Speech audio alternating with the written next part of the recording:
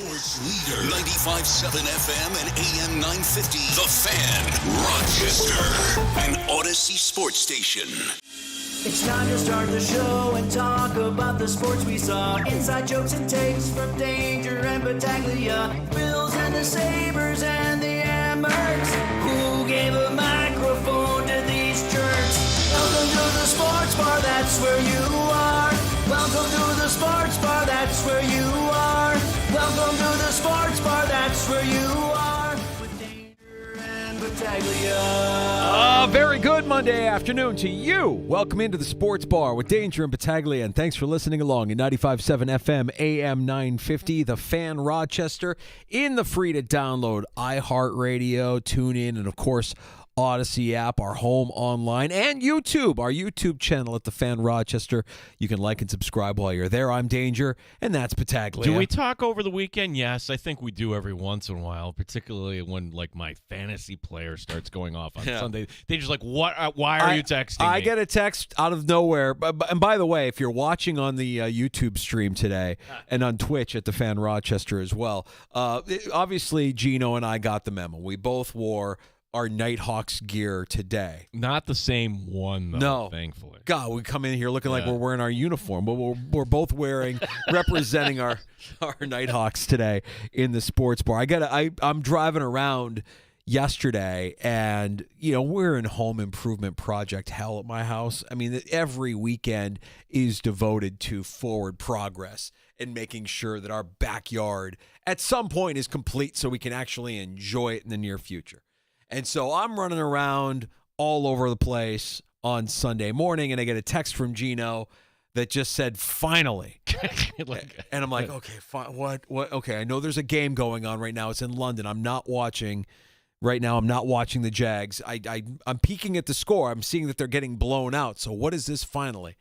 And then I looked a little bit closer, and I saw that Jacksonville had scored, and it was actually Travis Hunter who scored a touchdown. Now, earlier this summer, when we were talking fantasy football, Travis Hunter was a topic of conversation with all of our experts, because if you're in a league that has an IDP, an individual defensive player slot, Travis Hunter could be considered a cheat code because he plays on both sides of the ball. And on most platforms, you would get credit for what he would do on offense, even if he was slotted as your IDP player. So in our league, in one of our fantasy leagues where Gino and I play together, Gino drafted Travis Hunter. You invested, I think, fourth round? Fourth round. So fourth round, and to this point, massive disappointment. In fact, that game was massively disappointing for Jacksonville. But just from a fantasy standpoint, I'm like, yes, finally. And I just, silly me, thought, hey, it's Sunday morning. You're home with your coffee. Nothing better. Nothing better. I mean, where I wanted to be versus where I was, two different things. It's gotten to the point where I have to make plans if I want to watch an early morning game. Like, I was at my buddy Joe's house for the terrible Jets-Broncos game a couple of weeks ago, and that was great. And we were drinking Bloody Marys and eating breakfast pizza, and I made chili for the occasion, and it was all good. That got me out of the house, but I had to make that plan. And if it's just me sitting on the couch with a cup of coffee while Sandy's in the sunroom laying down joint compound and sanding the drywall, not a great look. I got to get out. I got to do stuff. I got to run other errands and get stuff taken care of so that we can keep moving forward with this. So that was it took me a second. Then I'm like, oh, I get it. Travis Hunter scored. So you finally, in week 7, got a somewhat of a return on your investment for taking him in that IDP slot. Man, just unbelievable action yesterday in the NFL. And with every passing week, another data point. With every passing week, things change, and you kind of get a sense there's teams that are on the rise. There's teams that are on the decline. It's not who you play, it's when you play them. And when, I'm not saying if, when the Bills go back to London, it doesn't matter. Can we just rest that? I thought for sure, hey, the Rams going over, they're not arriving till Saturday. Ho, ho, ho. And the Jaguars were over there the whole week. Yeah. Yeah, it didn't matter. The Rams get their bye now, so they get to. And by the way, coming up here weekend, I'm excited for our fantasy football conversations this week because this is the one you got to navigate. 6 teams on bye coming up here on week 8, so it's going to be a little bit thin if you're a fantasy football player. Let's set the table for you here in the sports bar. Let you know who's stopping by, including the great Kent Sterling. Sterling in the morning on WGCL in Indianapolis. It's been a while since we've had Kent on with us. Love Kent Sterling when we want to talk about Indianapolis sports, specifically the Colts. Yeah, they aren't going away. They have a great running game. They have a quarterback who's confident. They have a really nasty defense with Lou Anarumo calling the shots. Did we just miss on this? I like what they did. Okay, let's figure this out. Are we inviting the Colts to AFC contender? Because pretty much this time last week, I'm like, this is a nice story, and I view them as the 2025 version of the 2024 Minnesota Vikings, where they're going to pile up these wins, maybe win their division, but in the end, we'll pat them on the head and send them on their way when the playoffs come around. But who's really good in the AFC right now? Somebody answer that question. I don't know, man. I don't know that I can dismiss the Colts after what we've seen so far this year. The way Jonathan Taylor is playing is impressive. A healthy Jonathan Taylor, somebody you don't want to sleep on. And, yeah, that defense with Lou Anarumo, we've seen him take less talented defenses all the way to the Super Bowl. So we'll get Kent Sterling's thoughts on the Colts here. And maybe playing with a little bit of extra motivation. You know, this is the first year since the passing of their owner, Jim Irsay. Yeah.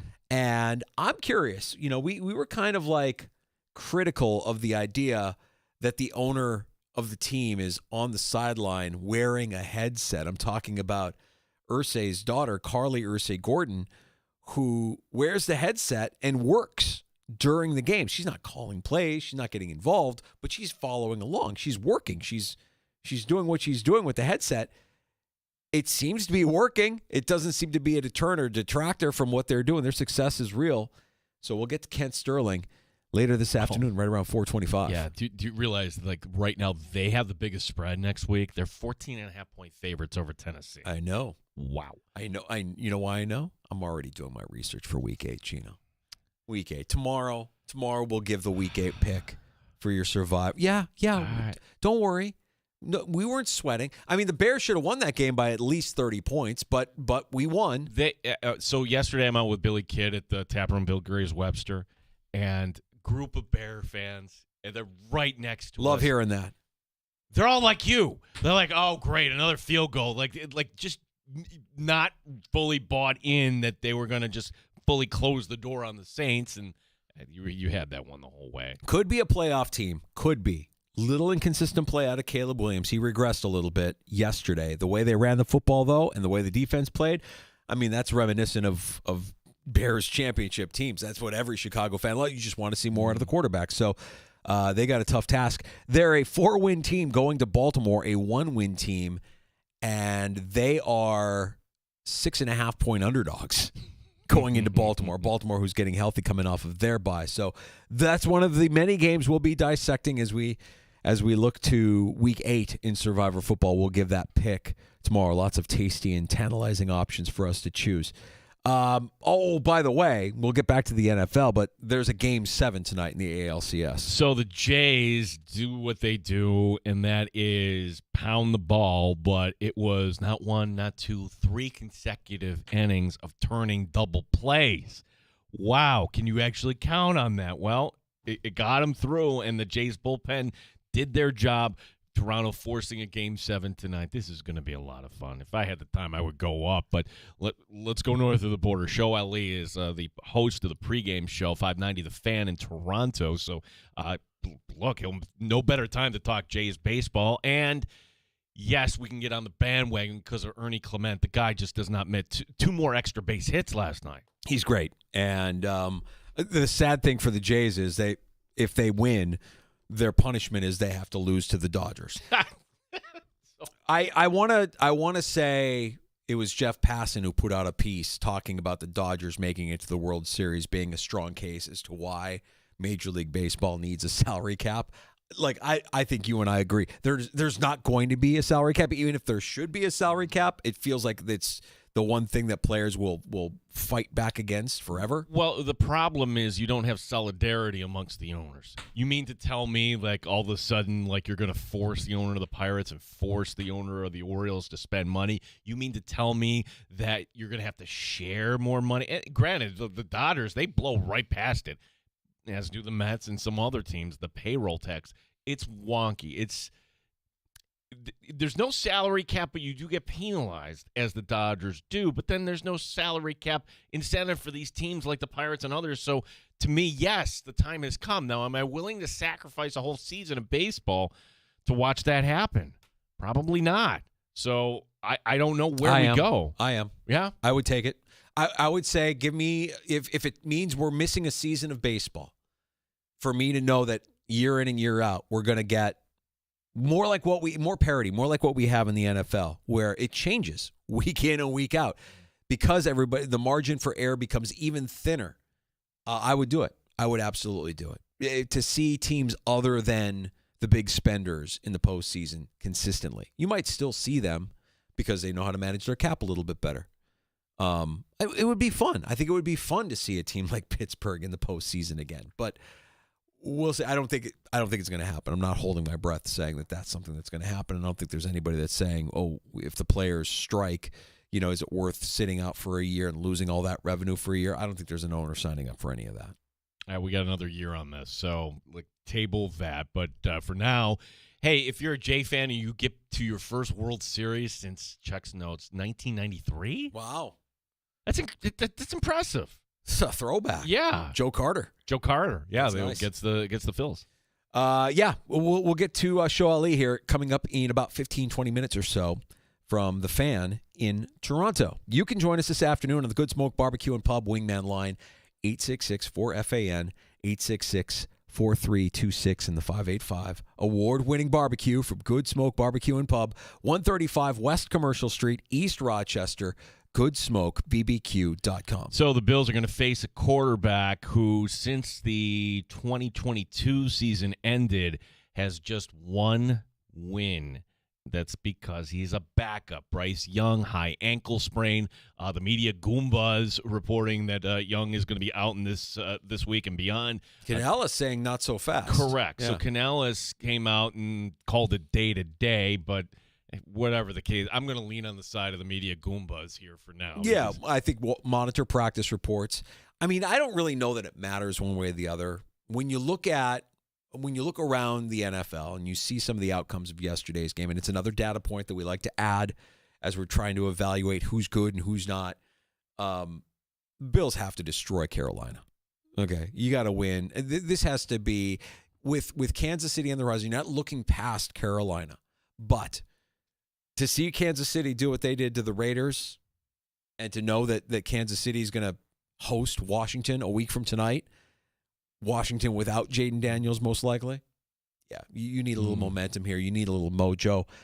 I'd say style points don't count with the win. No, I think you need some style points here. I think you need to blow Carolina out on Sunday. The narrative of how things have shifted, I'm reading all this stuff that the Bills are overrated, that the Bills are frauds, and I would just ask anybody, in what ways is this year different than other years for the Buffalo Bills? Every team has one of those fan cycle things, right? And this is the point where, hey, it's kind of the midseason letdown for the Buffalo Bills, but then they're going to get it back together. I would say that yes, there are some concerns, and we've talked about this, player personnel-wise on the defensive side of the ball. The body language from Josh Allen, can the offense kind of take it together? I think things can be fixed. Now, this is going to be a really interesting week for Bills news because let's start here with the guys that are coming back off the suspension. Boy, I didn't think any of us would be thinking, boy, we really need Michael Hoyt back in the lineup. Sure, he's in shape, but what role is he going to play this week? What does Ogunjobi do? Do you dare put Jordan Poyer in there for some more meaningful snaps? Here's what I'm hoping for coming out of the bye. On the defensive side of the ball, I don't know. I mean, there's a lot of unknown with the guys coming back from the suspension. And you would hope that there's a renewed commitment to the secondary, that they tighten up their game. And for what it's worth, the pass rush. You want that pass rush to make the secondary's job a little bit easier. But on offense, get back to running the football. Physical. Run the football. I mean, the losses against the Patriots and the Falcons, it's not like they were less effective. Patriots were pretty good. But Cook against the Falcons was eating up some pretty good chunk yards with some of the plays that he was. I want to see them recommit to running the football, recommit to playing physical. I think Josh Allen's body language changes a lot when you can run the football as effectively as the Bills do and maybe score some points off play action. I want to see them get back to a physical brand where both sides of the ball in the trenches, the Bills are dominating. I'd like to see James Cook used a little bit more in the passing game. Too. What has happened to the wheel route? What has happened to some other things here that just basic stuff, screenplays, all that sort of stuff? Just get back to basics. And, if you're going to commit to the run game, it also would kind of just lead you to a path where, all right, you're going to win the takeaway giveaway in this game. That's right. I don't need it to be hey, the Bills won 41-3. I just need something satisfying at the end that would lead you to say, okay, this passes the eye test for me. This team is definitely the team we thought they were entering the season. It may not even be a full 60 minutes for them. Like, we haven't seen them play a full 60-minute game yet this season, and that might not happen against Carolina. But I do think there has to be some style points. If you're going to beat Carolina with some flair, a double-digit win, you need a little bit of momentum there going in to the Kansas City game, because Kansas City's going to come in with a head of steam. The way they're playing right now, they look like the best team in the AFC. Sorry, Indianapolis. I mean, Indianapolis, Kansas City would be a fun matchup today, right now. And if the Bills want to be a part of that conversation, win with flair, win with style, beat the crap out of Carolina, and get ready to compete against Kansas City at home. It's kind of strange. Like Kansas City right now, not the better record when you're comparing them to the Buffalo Bills. Not the better record when you're talking about the division, but you look at what has happened to the Chargers. Okay, we can push them to the Chargers are a sad tale because they're not healthy up front. Their offensive line is decimated with injuries. It's too bad. Their backfield is decimated with injuries.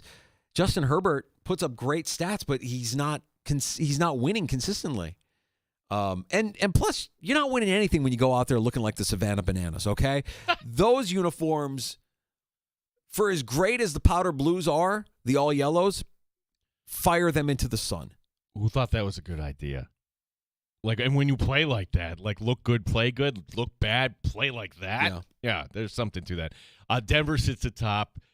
Are we ready to say that was the game of the year yesterday? The Denver Giants game was something, man. And if you're a Giants fan listening, condolences. I mean, that's a tough one. That's about as tough as it can get. I'm watching the game and I'm following along and texting with my New York sports fan friends, and the touchdown that the Giants scored off the deflection, I'm like, that's the kind of play that when it happens, you're like, okay, it's your night. You're winning this game. It's your night. And I don't know that everybody had the Giants going into Mile High and beating Denver. But then the comeback happened. Then you see Jackson Dart throw a pick. And that's when I'm like, oh, no, you can't give them an extra possession here. And then, I mean, for his credit, his short memory, Dart did what he was supposed to do. I mean, he got back in the end zone after that pick. Defense didn't come up with the stops that you needed. Play that awful soft prevent. I mean, if 13 seconds is enough time to get down the field, 30 is more than enough for Bo Nix. And it was your kicker. And this is where you can't let Joe Shane or Brian Daboll off the hook. You went into the season thinking Graham Gano was your best option. What led you to believe that? He's been inconsistent. He's been unavailable for a good chunk of time with the New York Giants. And you've got a guy out there attempting kicks and extra points who is not an NFL caliber kicker. Sorry. 50% on extra points is not going to cut it. And that's on Shane. That's on Daboll. It's a position where the options are plentiful. Look around the league. Look at the Bills. They've done it. The Bears have done it. The Packers have done it. Have we spent 1 second pining for Tyler Bass this year? No. Oh, things would be so much better if Bass was healthy. No, not once. Nope. You can find it. I mean, I'm telling you. You look at what's going on with McManus and the guy that they got, Haversick, that they got to replace him in Green Bay. What you have in Chicago, same kind of deal. Cairo Santo goes down. No problem. Jake Moody, get in there. Done. with the Giants, this guy ain't it. And I put that on Shane. I put that on Dable. And for as much as we thought Dable may have saved his job by beating Philadelphia a week ago, 2 weeks ago on Thursday night, they got Philadelphia again. Now in Philadelphia this coming Sunday, I think the Eagles are going to absolutely roll the Giants. Eagles looked back yesterday. That's not an easy opponent when you're playing the Brian Flores defense, but they were what Eagle fans were asking for. Let's throw it deep. Let's get our guys involved. I thought Minnesota actually got kind of hosed on the Hawkinson call, but you got to overcome that, and now the Eagles look like just one game. That's all it takes. Now people in Philadelphia probably feeling much better about their football team today. Right. Again, not who you play, but when you play them. If I'm the Giants losing the way we lost a Mile High, and now we've got the Eagles, I don't want to play the Eagles this weekend when they're looking like that at home. Going to be a rough one. I have a feeling that the Eagles are going to win that one with comfort. All right, we got to get back to the ALCS. A Game 7 tonight north of the border. We'll be joined by Show Ali, the Blue Jays pregame show host on the Fan 590 in Toronto. Joining us next here in the Sports Bar.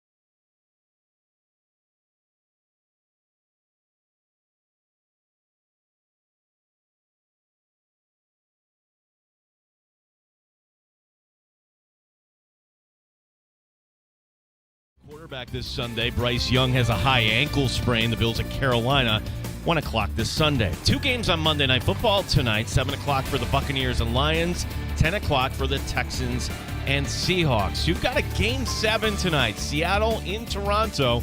The winner to advance to the World Series. John Schneider is the Jays manager. Got to enjoy it, man. You know, this is what we sign up for. Whenever you can play for Game 7 to go to the World Series, sounds kind of cool to say it, you know. But this is why we sacrifice everything. It's why players sacrifice everything. Again, it's special and unique, but you have to look at it as a game. Joe Ali from the Fan 590 joining us next year in the Sports Bar. Sabres hockey tonight. They look to make it 3-0 there in Montreal. Our coverage will begin at 7. Gene Battaglin, the sports leader. The Fan, Rochester. The beer is cold and the wings are hot. You're in the Sports Bar with Danger and Battaglia on the Sports Leader, 95.7 FM and AM 950 The Fan, Rochester. All right, here we go. A Game 7 tonight north of the border. Our neighbors in Toronto getting ready with the Blue Jays, looking to hold off the Mariners. We welcome in Show Ali from the Fan in Toronto, the Fan 590. Show, thanks for joining us. Give us the vibe. Paint a picture for us, man. This would be the first chance for this team to get to the World Series since I was graduating high school. Joe Carter, fireworks, everything. Yeah. Yeah, the city is bumping right now. I'm actually on my way down to the Rogers Center as we speak. And, I got to say, I was at the Rogers Center last night for Game 6 when Addison Barger hit that home run to make it 4-0. And then later on when Vladdy hit the absolute laser beam later in the game, I honestly don't think I have ever heard the Rogers Center be as loud as it was. I mean, it's just kind of wild how the city has – they've always embraced the Blue Jays, no question, but how I think everyone has turned into this likable team. They've loved what they're seeing. It's definitely one of the more resilient teams I think we've seen in recent Blue Jays history. I mean, it's like you said, it's been a long, long time since the Jays have had this opportunity, and everyone's embraced them wholeheartedly. Yeah, they take down the Yankees along the way, and now 1 win away. And Joe, we're biased down here, and a lot of fans jumping on the bandwagon because of Ernie Clement, Rochester's very own. What has he meant to the Jays this season? Ernie Clement has been awesome. Honestly, I've had a couple conversations with Ernie over the course of the season. First of all, he is not only just a terrific player, tremendous guy, no question. And I think over the course of the season, because we kind of got to see Ernie play a little bit with the Blue Jays, kind of in a part-time role, so to speak, in 2024, obviously a lost season. And I think coming into this season, there was a question as to, okay, well, you know what, do you really want Ernie Clement to be your everyday third baseman? And not only has he proven capable of carrying that load, I actually think he has become a huge leader for this team. I mean, certainly leaders like George Springer will always be there. Vladimir Guerrero Jr. will always be there. But I've heard from a lot of different players over the course of the entire season, certainly that has continued into the playoffs as well, that Ernie Clement leads by example. You see him doing all the little things, too. It's not just the defense. You know, he's hustling out, diving to first base to make sure he beats out throws to first. I mean, he's hitting incredibly well so far. I think he's tied with Vladdy after last night for the most hits so far in the postseason by any player dating back to the beginning of the wild card round. So Ernie's been phenomenal, and he's doing this all with like the stitches and a broken finger to boot. I mean, he's a warrior. I think he has become. There's always like a gritty fan favorite, I would say, every year, and I would be stunned if people did not unanimously pick Ernie Clement for that. Joe, there's been so many memorable moments of this series with Seattle. I mean, you can remember Scherzer yelling at Schneider to get back in the dugout and to finish that game. But, you know, it seems like a long time ago that the Jays were in a 2-0 hole. Do you have an instance in this series where you could say that's when it flipped, that's when it turned? I mean, they were down in Game 3, and it seems like the bats got hot at that point and haven't really turned off since. It's funny because the guy who was on the mound in Game 3 for the Blue Jays is the same guy who's going to be on the mound tonight in Shane Bieber. And I really do think the Bieber start in Game 3. I mean, first of all, that's why you go and trade for a guy like that. And he had what, like a so-so start, 2 2/3, 3 runs, 2 of them earned against the Yankees in what could have been a closeout game. The Blue Jays lost that game and then closed the Yankees out the next game. But the Bieber start against the Yankees was all right. I think there was some questions as to like how he would perform in an even bigger spot against the Mariners, and then he shoved in that game, right? And 6 innings, 8 strikeouts. The last time out in Game 3, I couldn't have been more impressed by what the Blue Jays got from Shane Bieber. And I think there was a quote he had said after Game 3, because he'd given up the early runs in Seattle. The place was absolutely rocking at T-Mobile Park. And you're like, okay, you're on the verge of going down 3-0. There's still a lot of baseball in front of you, but you still want to put a good foot forward, pardon me. And Bieber went back to the dugout and said, hey, guys, I got the good stuff tonight. Pick me up. And they did pick him up. And, again, he shoved for the rest of the game. So I think that is one of the bigger turning points after being down 2-0 in this series and losing both of the first 2 games at the Rogers Center. But I also think it bodes well for what you might get from Shane Bieber tonight because, again, Bieber, by and large, since becoming a Blue Jay, has been very good. He's been very consistent. He's a pretty steady person, just generally speaking. So I think that does bode well for tonight. Joe, I remember this is years ago where we're seeing Vlad Guerrero Jr. still in AAA. Like, what are they waiting for? Promote him. And, well, it brings us to the story here today. And not only is he putting up this MVP performance, but how he has kind of just embraced the city, but just embraced the country. Is he the true leader here on that team? Yeah, I think there's no question. He's definitely one of them. I mean, Vladdy last night, it was really cool. He was chatting with Hazel May of Sportsnet, doing the post-game interview on the field, and you could see on TV. I saw this afterwards because we're sitting in the booth kind of just watching him do this interview with Hazel, and the camera's circling around him. Yeah. And he kind of pauses mid-moment to take in the adulation from the crowd, and they're cheering Vladdy, and he loves it. One thing I've learned about Vladdy over the years is that he definitely feeds off of the emotions, whether it's positive or negative. And I think when things don't go well for him, I think he takes it so personally because he knows he can do better. And I think we had kind of seen that when the team was pressing in that losing streak towards the end of the regular season, right before they clinched the division at the Rogers Center against the Rays. And then now here he is. He had some time off right before the playoffs started thanks to the bye, and he's been absolutely on one. I mean, I actually think it's kind of crazy that in the history of the franchise, and again, there's been a lot of losing in there, no question. But again, this is a team that won back-to-back World Series at one point. Even then, I mean, Vladdy with the home run last night, tying Joe Carter and, of course, Jose Bautista with the most home runs, not just in a single postseason, but like ever in franchise history, is pretty incredible considering he's done it all in one postseason run, which is not even over yet. Joe Ali of the Fan Toronto joining us on the Fan Rochester in advance of tonight's Game 7 between the Jays and the Mariners. You mentioned the advantage that you have with Bieber going on the mound. Talk a little bit about how they might be able to tee off on George Kirby, who's getting the start for Seattle. So George Kirby, the last time out, we talked about the Game 3 matchup, and it was the same pitchers on the mound to start, Kirby for the Mariners and Bieber for the Blue Jays. And we talked about Bieber on the Kirby side of things. 8 earned runs the last time out, I believe, and he gave up 3 home runs. I can't imagine, knowing that it's a winner-take-all, I can't imagine that the hook on Kirby will be a long one, right? I got to think that if he gets into trouble, they will only let him see the Blue Jays lineup, maybe not even a full 2 times through. I think maybe even more so because the Blue Jays' bottom of the order has been so good for so much of the season and definitely in this postseason run.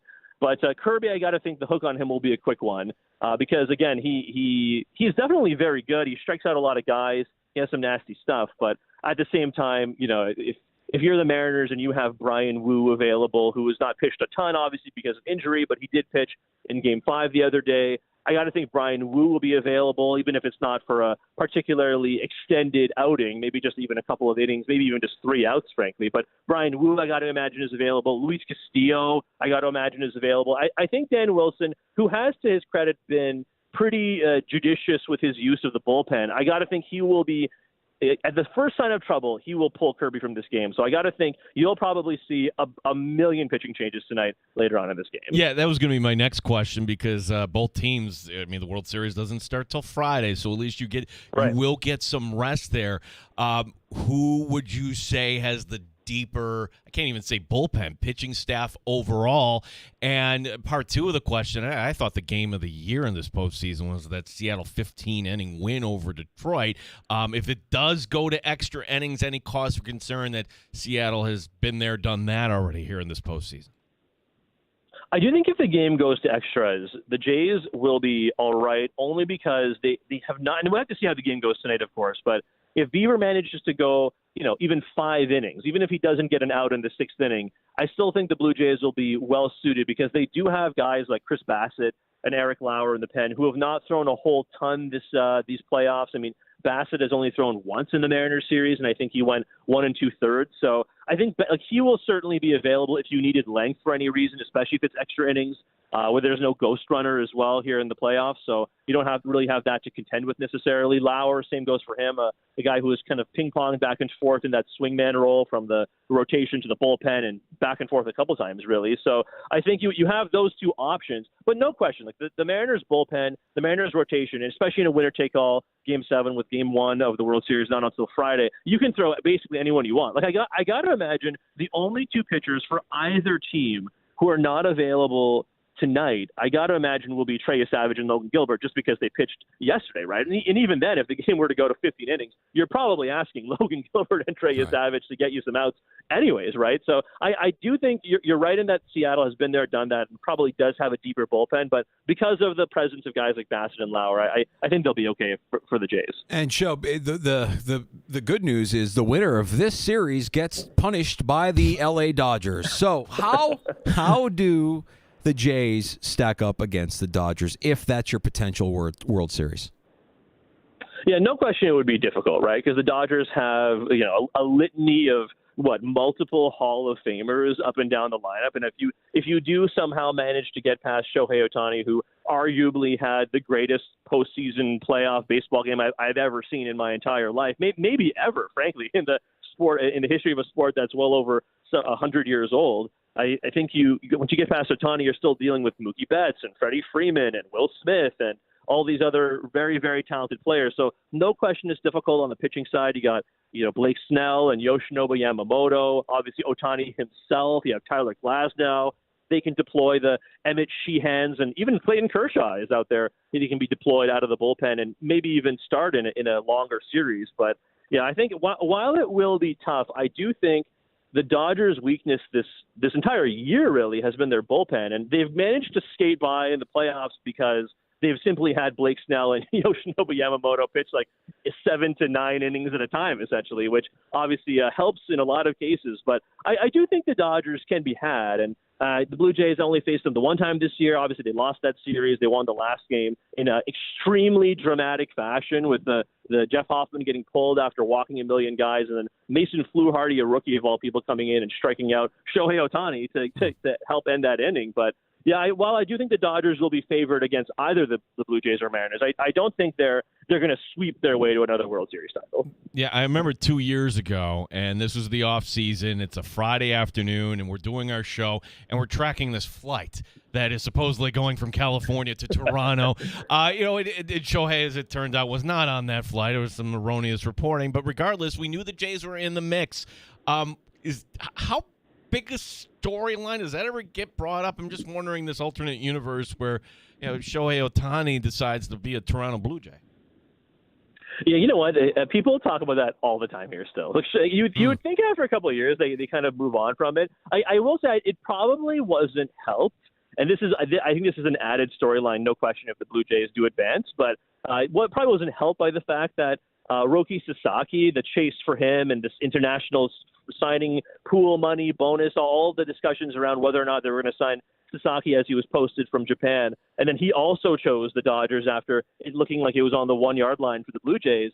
I think that has been an added, part of this entire conversation. So I do think that is something that I think Blue Jays fans talk about a lot. I don't think the actual Blue Jays themselves talk about it a whole hell of a lot, although I guarantee you if the Jays do advance, no question will John Schneider be asked about that in his opening press conference. Joe, with the season winding down here, there's been a lot of talk about the future of Major League Baseball, and as a guy that's there and covering the game in a market that has a lot of people and maybe a little bit more wealth, owners that are certainly well off north of the border in Rogers, with Rogers Center and everything that comes with that. Talk a little bit about what the future of Major League Baseball could look like when you talk about salary cap.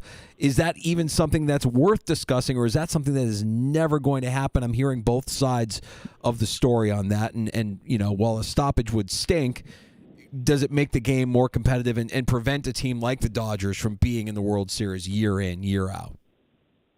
I do wonder, honestly, if the Dodgers win, even if they don't win, certainly I'm sure this will be a talking point, but if the Dodgers win and then in the offseason go on, and there were some reports that the Dodgers are circling Kyle Tucker, who is sure to be the prize of the free agent class, of course, one of the best hitters in the world. If they go out and sign Tucker after winning another World Series, I got to imagine talks about a lockout will only intensify, especially from an ownership perspective. I think a lockout, I don't want to say it's inevitable by any means, which would obviously suck because, our jobs are made more fun by talking about Major League Baseball games. But I do wonder if when it comes to talking about like what could be implemented from a labor stoppage standpoint, I do wonder if not a salary cap, but I wonder if a salary floor is something that will be discussed. And again, some owners will obviously be reticent to discuss that because, when you talk about revenue sharing, when it talks about how much money teams get from teams like the Blue Jays and like the Dodgers and, like the Yankees and stuff that get distributed to smaller markets, a lot of those teams spend that money and a lot of those teams pocket that money as well, right? And I think that's what irritates the fan bases of places like, the Marlins or places like the Pirates, for example, right? Or places like the Rockies maybe.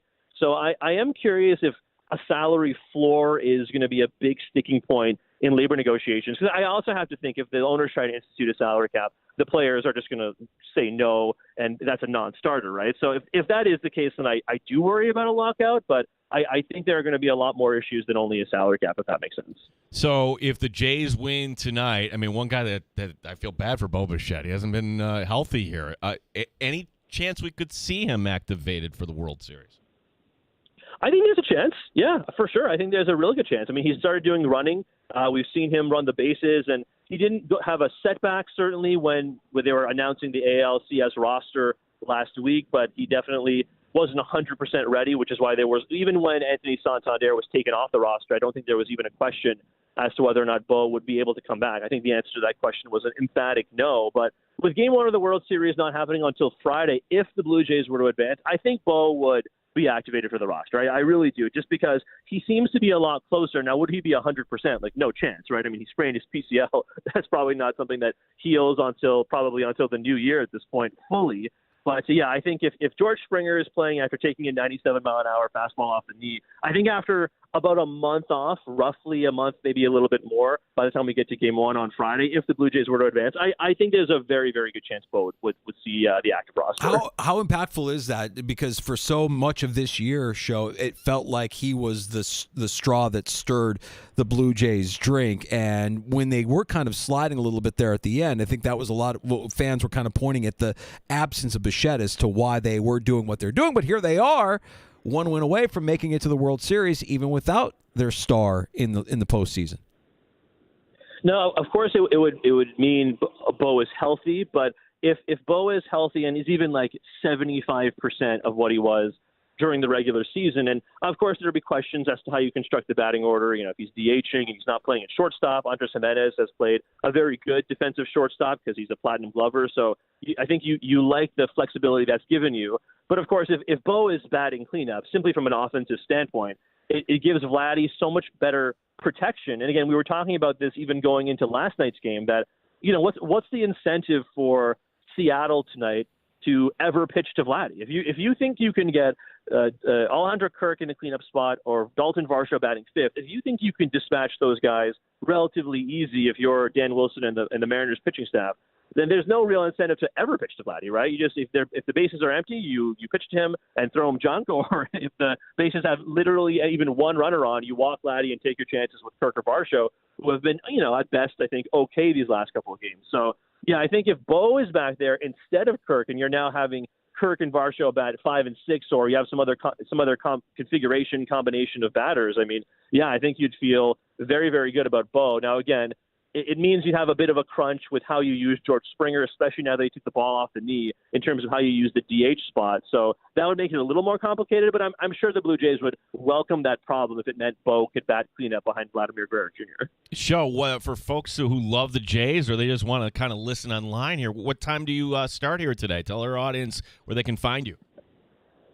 Yeah, the game will join the network at 8 p.m. Eastern. The first pitch is at 8:08 p.m. Eastern with Ben Schulman and Chris LaRue. We do have some pregame coverage live from the Rogers Center starting at 7:30 with Jeff Blair and Kevin Barker. And then Blair and Barker will be along. Win or lose, we will be along for an extended Blue Jays Talk postgame. So I'm hoping it's a happy extended Jays Talk postgame and not a negative one, but we'll be on pretty much all night starting at 8. Fantastic information show. Thank you so much for your time. Good luck tonight. Let's do it again soon. Yeah, anytime, guys. You got Thanks, it. There Sean. he is, Show Ali. Blue Jays pregame show host. You can hear him on the Fan 590 in Toronto. Yeah, why are they pitching Vladdy? like that should be the one. Just like, okay, you're not intentionally walking, just throw him garbage at this point. Yeah. I kind of like the matchup for the Jays tonight. I'm worried about Springer. He doesn't look right to me. Like whatever it is bothering him in his knee. And if this goes to extras, I mean, Seattle couldn't be killed against Detroit. Yeah. Right. This series has taken so many turns. It wouldn't surprise me if Seattle ended up winning tonight. Nothing would surprise me with the way this series is going. Although, is there a more random? Hockey is the most random sport, and then number 2 on the list is baseball, right? I don't know. There's a part of me that wants to flip those two and say baseball has the widest variance, just because it's so damn hard to hit a baseball with the stuff that gets thrown at these guys. I just think that it's impossible to predict what could actually happen. And also, when I'm betting, I've lost more money on baseball than I have on hockey. So I think you can control hockey a little bit more. But regardless, it's been a great series, fun postseason so far. Sorry, Yankee fans, that hasn't gone your way. But the idea that the Jays could make it back for the first time since 1993, the Mariners can make it to their first, only to be sacrificed by the LA Dodgers. It's still fun. Yeah, and are the Dodgers going to be kind of the catalyst? I wasn't aware that Kyle Tucker. I mean, can you imagine? Now, Kyle Tucker, Houston's like, oh, we're not going to resign this guy. He ends up getting traded to the Cubs, and I thought he was hurt. He didn't really have a great year for the Cubs by his standard, but there'd been talk like, okay, Boston would be in on this, perhaps the Yankees. Sure. But if he ends up with the Dodgers, I'm like, okay, what are we doing? Right. And maybe a salary floor is the option, not a salary cap. It'll be interesting to see how the offseason goes once we get past it. I'm going to stick with my prediction that the Dodgers are not losing another game, that either of these teams, whoever wins tonight, is just a sacrificial lamb for a sweep, and the Dodgers will make quick work on their way to back-to-back. I mean, we didn't even talk about Shohei on Friday night. That's not even fair. 10 strikeouts, 3 home runs, 1 home run out of the stadium altogether. Otherworldly. We are watching the greatest baseball player of all time. How dare you? Baseball writer would be insulted by I can't believe you would say that. Babe Ruth. I tell me I'm wrong. I don't know that you can, because what we're seeing or what we've seen out of him is fantastic. I'm not going to say the greatest postseason performance of all time. I'm not going to go that far. You could very well easily say that. See, no one's ever had 3 home runs and 10 strikeouts in a game. I'm saying with what's on the line. I mean, this was an NLCS Game 4 where you're up 3-0. There's not a lot of pressure. I mean, if this was a Game 7 performance, then I think you're saying, oh, my God, are we ever going to forget what he did in Game 7 of the World Series with everything on the line, and they went to him, and he struck out 10, and he hit 3? Can we identify with Brewer fan on that? Because they're like, okay, I might as well tune in and watch. Oh, this guy again, fantastic. Yup. All right. I don't need to watch any more of this, but I suppose I should. Yeah, painful. Well, there'll be a great answer to one of your trivia questions on Monday nights, Gene. What was the team that Shohei faced in Game 4 of the NLCS in 2025? We're going to go to Indianapolis next hour, talk to Kent Sterling. Sterling in the morning at 98.7 WGCL, one of our favorites here when we want to talk about the Colts, who got another big win yesterday. One-loss team that absolutely nobody predicted before the season started. They found some magic here with Daniel Jones, certainly Jonathan Taylor playing out of his mind, and that defense is formidable with Lou Anarumo at the controls. Kent Sterling will be joining us next hour when we learn about one of the Bills' potential opponents here in the AFC. And we have time for your calls as well at 866-4326 at 585-866-4FAN.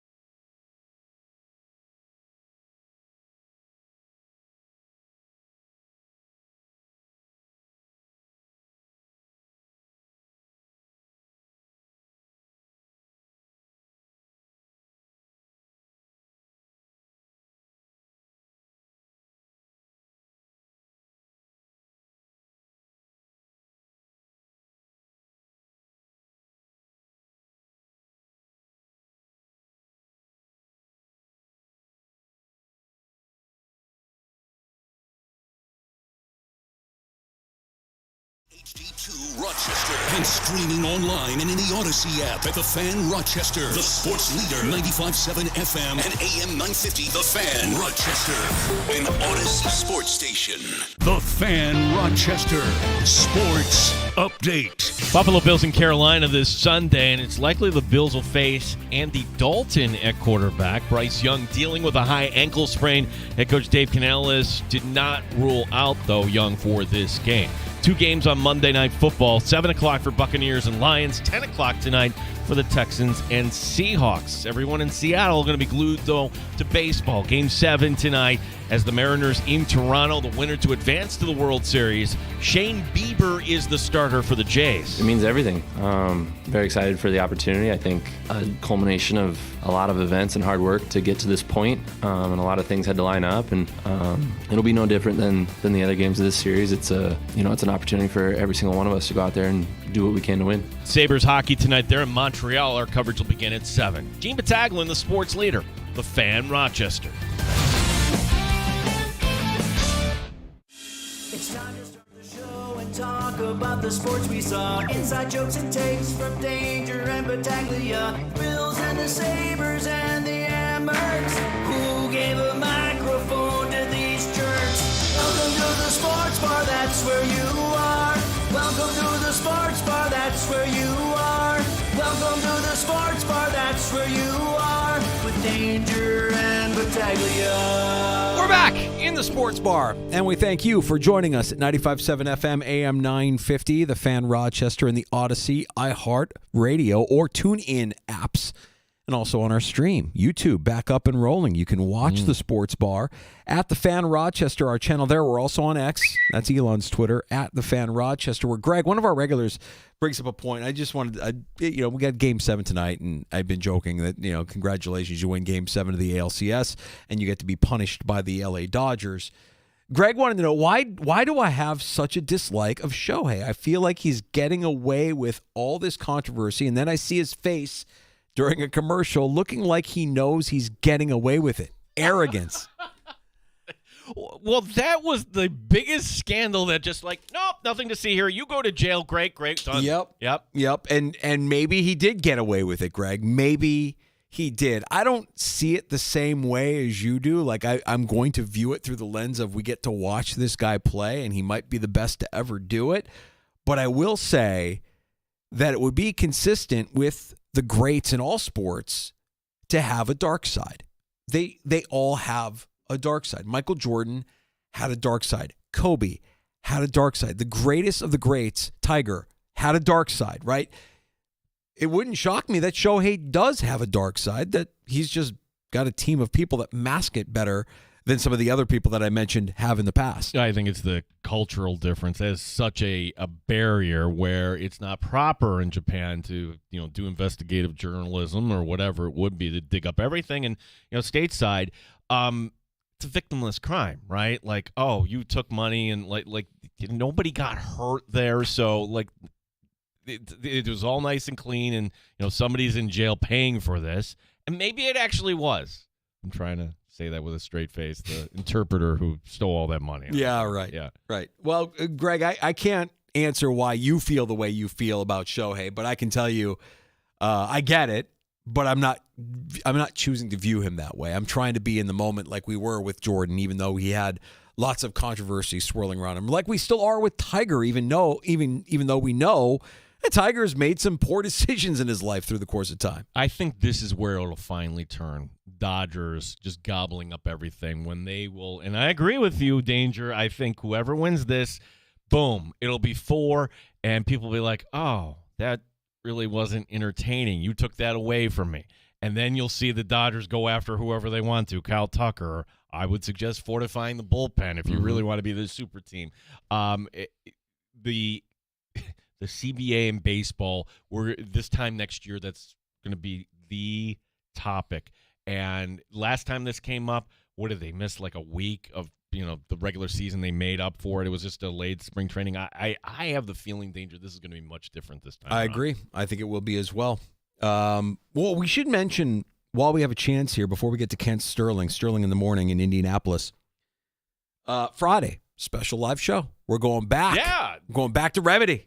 Remedy, Finger Lakes Gaming and Racetrack as we get ready. Finally, the Bills are back. So just start your weekend with us. We're out there 3 to 6, just enjoying all the delicious food. They've got the live music there, Friday night and Saturday as well. Remedy, 3 to 6. Hopefully you can join us, Fan Rochester, this coming Friday. We'll get you ready for Sunday's kickoff with the Panthers hosting the Bills fresh off a bye. Spent some time last hour talking about things that we're looking for out of the bye, out of the Buffalo Bills. For me specifically, having watched the last 2 weeks of Bears football and seeing how they looked coming out of their first game out of the bye against the Commanders on Monday night, and then what we saw last night, a renewed emphasis on the run game. And I think to myself, you know what? The Bills' offense looked a lot more coordinated when they were running the football with James Cook more frequently. It's kind of basic, right? And yes, you'll hear this many more times. You might have already heard it already. Sean McDermott all time coming out of the bye is 8-0, which means he'll be. You could do that, or you could be like he's going to be 9-0, maybe. Oh. 9. There we go. It's a double whammy there, Danger. Yeah, very good. I don't give the Panthers much of a chance, especially hearing the news that we are hearing today. It's a high ankle sprain, according to some insiders. Some reports have a high ankle sprain for Bryce Young, which may keep him out of the lineup for Sunday. It would be Andy Dalton in his place. Andy Dalton relieving Young yesterday in their win over the Jets. The Jets. We didn't talk about the Jets. Do we want to just kick them while they're down? They are really down. It's bad. I mean, both the Jets and the Giants. The Jets, if you're a Jets fan, you know it. This is the worst season you've had as a fan. This is the worst season in the team's history. You bench Justin Fields for Tyrod Taylor, and the reality is that's the right move. Tyrod actually gives you a better chance to win than Justin Fields. And I mentioned, I don't think Aaron Glenn is losing his job in the middle of this season. In fact, I would say that you could keep Aaron Glenn the remainder of this season. You could keep Aaron Glenn into next season. Aaron Glenn could be the equivalent of what just happened in Tennessee, where you have Aaron Glenn there to draft your next up-and-coming star quarterback, only to get rid of him midway through the following season. Or you just keep Aaron Glenn here to make sure that you ensure yourself of losing enough games. I mean, it's not a good look, too, where Aaron Glenn was very defiant. When the Jets media asked him, hey, are you thinking of a QB change? This is prior to the Carolina. He like, why would you even ask me that question? And then right in the middle of the game, yeah, look what happens there. The Jets in Cincinnati this week. Cincinnati, Joe Flacco led Bengals, favored by 6.5. I mean, the Jets still, Danger, do have the Dolphins twice on the schedule. So I'm not going to say this is the first 0-17 team, but the Jets really right now looking like they've got the inside track to be picking number 1 overall. I thought today we would be talking about, okay, Miami decided finally to get rid of Mike McDaniel. And right. Explain this to me, too, because in college football, hey, we're not winning the way we should. In Florida let go of their coach. Penn State, of course, coming off. You do realize that they had a good year last year, but because you lost a few games you shouldn't have this year, you already got rid of Franklin. Like, why is college football at this kind of stage where we're just going to get rid of coaches? And in the NFL, there are things past the expiration date, like in Miami, for example. I love people talking about how college athletics, the health of college athletics. I think everybody's doing fine when you consider what these programs are paying out guys that they're firing. They're just doling out money left and right. Yeah, the programs are fine. These schools are doing just fine. We don't have to worry about the health of college athletics. But to your point, yeah, they will have a quicker trigger finger. I don't want to say that there's more pressure on the guy that coaches at the University of Florida than there is at the guy that coaches at the pro level of Miami. It's just different. And when you see how bad it is in Miami, when you see how bad it is in the Jets, now view it through the lens of everybody you talk to that says, I just wish the Bills would get rid of Sean McDermott. Think about what would have to happen for them to even remotely consider that. I don't think there's any chance of, certainly not this year or at the end of this year, I mean, how bad would it have to be? It would have to be McDermott saying, yeah, I'm done. And there'd have to be a scandal. There would have to be something along those lines. Now, could you see next year, oh, wow, this defense really didn't come along. Hey, Bobby, we like you. You're out. Oh, And there'll be a scapegoat. Yeah, there will be. Like, that to me is number one on the list. Mm-hmm. That Bobby Babbage right now. I don't think Brady. I think Brady gets a pass this year. Well, there's a lot of football left to be played, but for sure you could see neither side of the ball against Atlanta looked very coordinated. So, yeah, McDermott might have a scapegoat or two up his sleeve at the end of the season if it doesn't go the way the Bills want it to go. And based on what we've seen so far, it seems very similar to what we've seen in years past with McDermott-led teams, that it might be a playoff team, but can it get you to where we really want to see you, which is in February in Santa Clara. But think about how bad it's been for some of these franchises and these organizations that won't move on from their head coach. Well, good friend of the show, Kevin Roche, hit me with this singer. Whiteout game, lose a tough one, lose a bad one, and then lose to an opponent you really, really shouldn't. Then what happened next in the Penn State story? Well, the coach got fired. If the Bills got destroyed by Carolina, you just hear a bunch of cliches coming out of it, getting back to work. Right. Well, that would be shocking. Coming out of a bye and then going to Carolina only to lose would be shocking. More shocking than Atlanta. Atlanta was one where we're like, don't know. That one's tough. Don't really know what the Falcons are. When the schedule released, we didn't know about Atlanta. I think we all felt pretty confident about the ease of victory, the path to a victory there against Carolina. There's just a lack of talent on that team, and the Bills should be able to handle their business. So we'll get you ready for that kickoff Friday afternoon when we're live from Remedy inside Finger Lakes Gaming and Racetrack from 3 until 6. We invite you to come out and hang. We can share a cold one and maybe a win or two. Multiple, literally, wins. Next Monday night, I'm so happy we have the Chiefs next Monday night because we don't see them at all in prime time, ever. Like, you got to be kidding me. They're getting the ball, and then we get the Aaron Rodgers Bowl Sunday night. So this is the week ahead for us. All right, I'm going to put you on the spot, Gino. Yeah. Which direction do you think I'm leaning? Indianapolis, break the rule. Don't overthink it. Like Tennessee going to Indy. Indy is a vibe right now. We're going to talk to Kent Sterling. They're the team that we all underestimated. We all thought, okay, that's really cute. And you do realize it's Daniel Jones. How mad are you going to be when I don't take Indianapolis? You're just doing a false tease there because let's look at your other options here. You're not going to take Philadelphia. I wouldn't go anywhere near that. New England. There's a lot of options this week. New England, you could do that. There's a lot of options this week. Could you, coming off a loss, take Atlanta at home over Miami?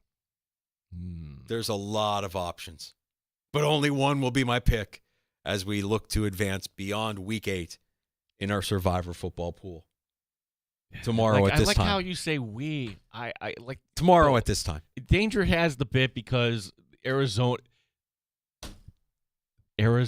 worst beat of all time. It was tough. It was a tough one. Chicago advancing us beyond Week 7. And the teams, if you followed us, the teams that we cannot pick, Denver, Baltimore, Tampa, Buffalo, Detroit, Green Bay, and Chicago. You need evidence that it's a week-to-week lead. The 1 week we took Baltimore was their only win.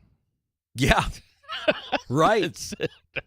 It is a week-to-week lead, and we can't go anywhere near that Baltimore-Chicago game because we just took Chicago as well. Only two divisional games coming up here in Week 8 with the Giants and the Eagles. I think the Giants are going to get absolutely crushed in that game. What about Washington if they don't have Daniels? Do you wait till Monday night? Ooh, you have this S-eating grin on your face. I don't know. I think the early line on that 10.5. Is it up to 10.5 now? 10.5 I saw 9.5 earlier today. So yeah, maybe there's that's a public saying, "Oh, the Chiefs are back," and there's no Jaden Daniels. and they're home, might check all the boxes. We will give the final pick tomorrow at this time. Yeah, the Giants losing the way they lost. 33 points given up on defense in the fourth quarter. A kicker who can't make extra points. Dayball losing his cool at the end of the game. Just a rough loss. And if you felt good about where that team was after beating Philadelphia a couple of weeks ago, the way it's looking now, if you have Philadelphia play the way they played yesterday. Now, Philly couldn't run the ball yesterday against the Vikings. It's a pretty good defense. Mm-hmm. But they looked like they could move the ball yesterday against the Vikings. And the Giants struggling in the fourth quarter, giving that game away to the Denver Broncos. I don't know if it's going to be close. And for Daboll now, for as good of a win as that was on your resume in beating Philadelphia, losing the way you lost to Denver hurts. Not having a kicker, a competent kicker on your roster. That's a knock on Joe Shane. That's a knock on Brian Daboll. That went from these guys are going to be back. This is a quality win going into Denver, road win with Jackson Dart showing promise, to it's still under evaluation for both these guys. It's still tenuous. And by the way, I know Cam Scatterbo. Everybody's in love with Cam Scatterbo. He's a freak. He's a psycho. But is anybody ever going to call on him for leading with his helmet? Because it feels like he leads with his helmet every single play. It feels like he is using his helmet as a weapon every single rush. So if you are Philadelphia, aren't you pointing this out to the officials prior? Aren't you saying, hey, let's make sure we're taking a look on this? I mean, I know that player safety in the NFL is, it's a marketing buzzword. It's not real. It's not. They want to give the illusion that they care about player safety. But if there's a penalty that's to be called and it's not being called, and it feels like you could call it on almost every touch with that guy because he's lowering his head and using it as a battering ram every time he's got his hands on the ball. I don't know. I haven't seen it. I haven't seen a lot of it, at least. But he's fun. They're still fun. Jackson Dart is fun. Bad interception late in that game, but short memory. Got back in the end zone, only to see a kicker miss an extra point, which could have been the difference in the game. Also, prevent defense. Ugh. Just gross. Just gross. So they look to lick their wounds here in Week 8 as they travel to Philly. Kent Sterling is the host of Sterling in the Morning at 98.7 WGCL in Indianapolis. He's also the host of the Indiana Best Sports YouTube channel. Love Kent Sterling. It's been a while, but we'll talk some Colts with Kent next. Gosh, is there a better time to be from that, like between the Hoosiers? I'm talking about the football team. You have, the Pacers. They're going to take a step back, but they did make it to the finals. And then you have Caitlin Clark to, tide you over in the summer. Yeah, good stuff. It's a fun time to be a fan out there. But the Colts were a team that nobody had doing what they're doing. That's got to be one of the bigger surprises so far of this season. And we'll learn a little bit more about why that is when Kent Sterling joins us next on The Fan Rochester.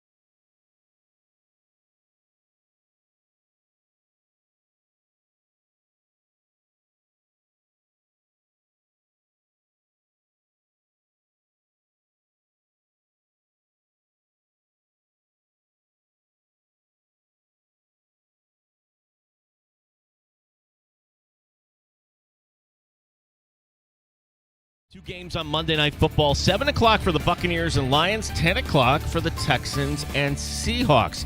Busy night, however, in Seattle. We're talking Game 7 as the Jays hosting the Mariners, the winner to advance to the World Series. John Schneider is the manager of the Jays. Got to enjoy it, man. You know, this is what we sign up for. Whenever you can play for Game 7 to go to the World Series, it sounds kind of cool to say it, you know, but this is why we sacrifice everything. It's why players sacrifice everything. Again, it's special and unique, but you have to look at it as a game.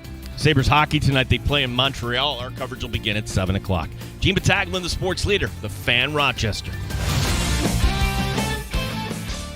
They've raised the bar on Rochester Sports Talk. You're in the Sports Bar with Danger and Battaglia on the Sports Leader, 95.7 FM and AM 950 The Fan, Rochester. Let's go to Indianapolis and check in with our pal Kent Sterling, host of Sterling in the Morning at WGCL 98.7, Indiana Best Sports YouTube channel as well. Kent, been a while since we've had you on, but man, your Colts are 6-1. Do you have somebody who could have predicted this start to the season for your Indianapolis Colts? You know, it's been a while since anybody wanted to talk about the Indianapolis Colts at all, so I did not take it personally. No, I had no idea this was coming, and what I really didn't know what was coming, I didn't know that they were going to be so good offensively with Daniel Jones that every single time they get the ball and they have to punt, you're kind of stunned. You think, well, what in the world happened here? How did they not get the ball into the end zone? They had it ended yesterday, but they had 12 straight trips to the red zone that ended in touchdowns, and they got not one, not two, but three guys who could win major awards at the end of this season based upon their play over the first 7 games. There's still some hate to, get into the barn, but this team's playing really well. At what point did the light bulb go off? Like, wait, maybe there is something here? Because I look at the season like, okay, week 1, it's the Dolphins. Okay, that week 2, well, if the Broncos take care of their business, you lose that game. So, at what point did you realize, all right, this team could be a contender? I think it was yesterday against the Chargers on the road because they hadn't played well on the road against a quality opponent. You mentioned the loss against the Rams. And then yesterday they came out in SoFi and they came out in that first drive and it was 75 yards, 5 plays, and it was done. And it looked like they were going against kind of a shell offense on a Friday where they're going through a walkthrough. And you thought, well, the Chargers are on scholarship too, for God's sake. And they just looked like they were about as passive as they could be. But I think that's because the Colts were just playing that well. And then the second drive, it was more of the same. And then really there was a drive yesterday, a touchdown drive, where the Colts went for it 3 times on 4th down and converted. And I thought, well, you know what? If Steichen believes at this level, maybe I ought to do the same thing. So we watched Steichen from afar and think, okay, we know what he was when he was with Philadelphia. Both he and Gannon get gigs after the Eagles make it to the Super Bowl. And we didn't really see it, I don't think, because of who he had playing quarterback around him. And we could talk about, what's gone on with Anthony Richardson. But Daniel Jones comes in, and at minimum, we're like, good, that'll be a nice quarterback competition. Turns out that this system that Steichen runs seems like it's a perfect fit for Jones, and the two of them have married themselves well. Yeah, and I wonder really what kind of a competition that was, because I didn't think if it was based upon the level of play during camp, I don't think Daniel Jones won it. Anthony Richardson looked really good. I think that this thing was done. This is a done deal when they signed him to that 1-year, $14 million contract. I think that was Steichen finally saying enough is enough. I may never get another shot to coach an NFL team, and I'm not going to go down with a project like Anthony Richardson where I got to teach this guy how to behave as a professional and then go out and use his physical gifts. I'm not going to have time to do that. So Ballard, the GM, I think he went to Ballard and said, Chris, get me a guy that I can communicate with, that I can trust, who's going to be reliable, and I'll win with that guy. And so they did. They went and got Daniel Jones, and they had a bit of a past. Daniel Jones was a guy that Shane Steichen worked out pre-draft, and he got along great with Jones and always felt like he was being kind of I don't know, utilized incorrectly in New York. And he hasn't said that specifically, but you got the feeling that he felt like if they got Daniel Jones, then he was going to be able to run that offense at a high level and put the Colts in a situation where Steichen doesn't have to worry about being the guy on the hot seat as he was before that opening win. Yeah, we're talking to Ken Sterling. The Colts right now on top of the AFC as we're coming to the conclusion, like, okay, they're not going away. And one other thing we might have glossed over, because Lou Anarumo, at least from where we sit, was always kind of a pain for the Buffalo Bills. Like, wait a second, how did he end up out of Cincinnati? Like, what led to him joining the Colts? What has Anarumo done for that defense, Ken? You know, I think he was the anti-Gus Bradley. Gus was the previous defensive coordinator, and whatever you were going to – when you faced Gus Bradley, you were going to face Gus Bradley's defense. You were going to get what he does. And with Lou Anarumo, Lou's very, very multiple. Lou's going to prepare for each team as though it's a separate season. And so you can see all kinds of things out of Lou, whether it's, quarters or cover 2, cover 3. He'll go man quite a bit. They'll blitz some weeks. They won't blitz other weeks. It's a completely different game plan, very unique from game to game, depending upon the team that they're facing. And that's a totally different look. I think everybody here, whether it was fans, whether it was people internal with the Colts, whether it was Steichen, I think they were just tired of seeing the same thing week after week after week fail. What about Jonathan Taylor? I mean, 10 touchdowns so far this season, and we know that he hasn't been healthy through chunks of his career, but it sure seems like when he is healthy, he is, if not one of the, he is right there at the top upper echelon of running backs in the NFL. I don't know what happened with him, but something happened with him, because even in camp, he looked like a completely different guy. Looked like a different level player. There was a little bit more burst to him. It's not that he was faster. He just looked better. He communicated more clearly, if that makes a little sense. It just seemed that there was more focus to him. And he's become, like, he's always been a guy who was a really good runner of the ball, but he was not a good receiver, and he was not a good blocker. And I don't know what happened in the offense or in the offseason, but we talk to him every week about it. And he's really he doesn't avoid the question, but he's kind of like, I'm doing what I've always done, but this year it's working out. I don't know what it was, but right now he's as good a blocking running back as there is in the NFL. And I think he's as good a receiving running back as there is in the NFL. And he leads the NFL in rushing yards. So I think the guy's having an MVP level season. We're talking to Kent Sterling. There was one other change, certainly, and the unfortunate passing of Jim Irsay. And when these stories came out, Ken, of Carly Irsay-Gordon wearing the headset, I'm thinking, this isn't going to end well. Does she actually trust her people? Is she a micromanager? Is she going to be... Well, so far, so good. What can you tell us here about the new leadership of the ownership position? I think she's brought a unique level of accountability. Like when Jim Irsay passed away, Carly had been around for a few years and had kind of audited. And so last year she was on the sidelines. She had been in position group meetings, which is really unusual. She wanted to learn the game. She wanted to learn the people. She wanted to know who needed to be held accountable if things didn't go the way they needed to go.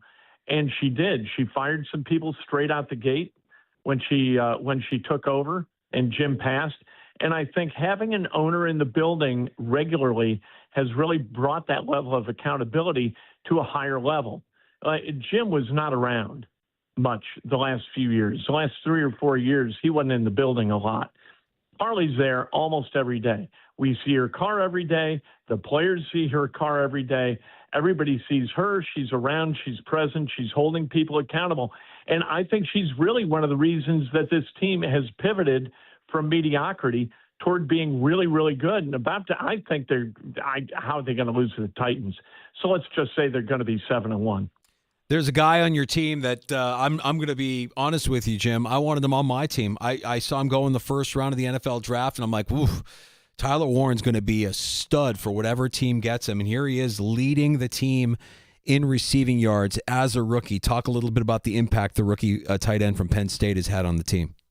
Yeah, first we got to thank the Chicago Bears for taking Colston Loveland. That's my guy. That was awesome. Yep.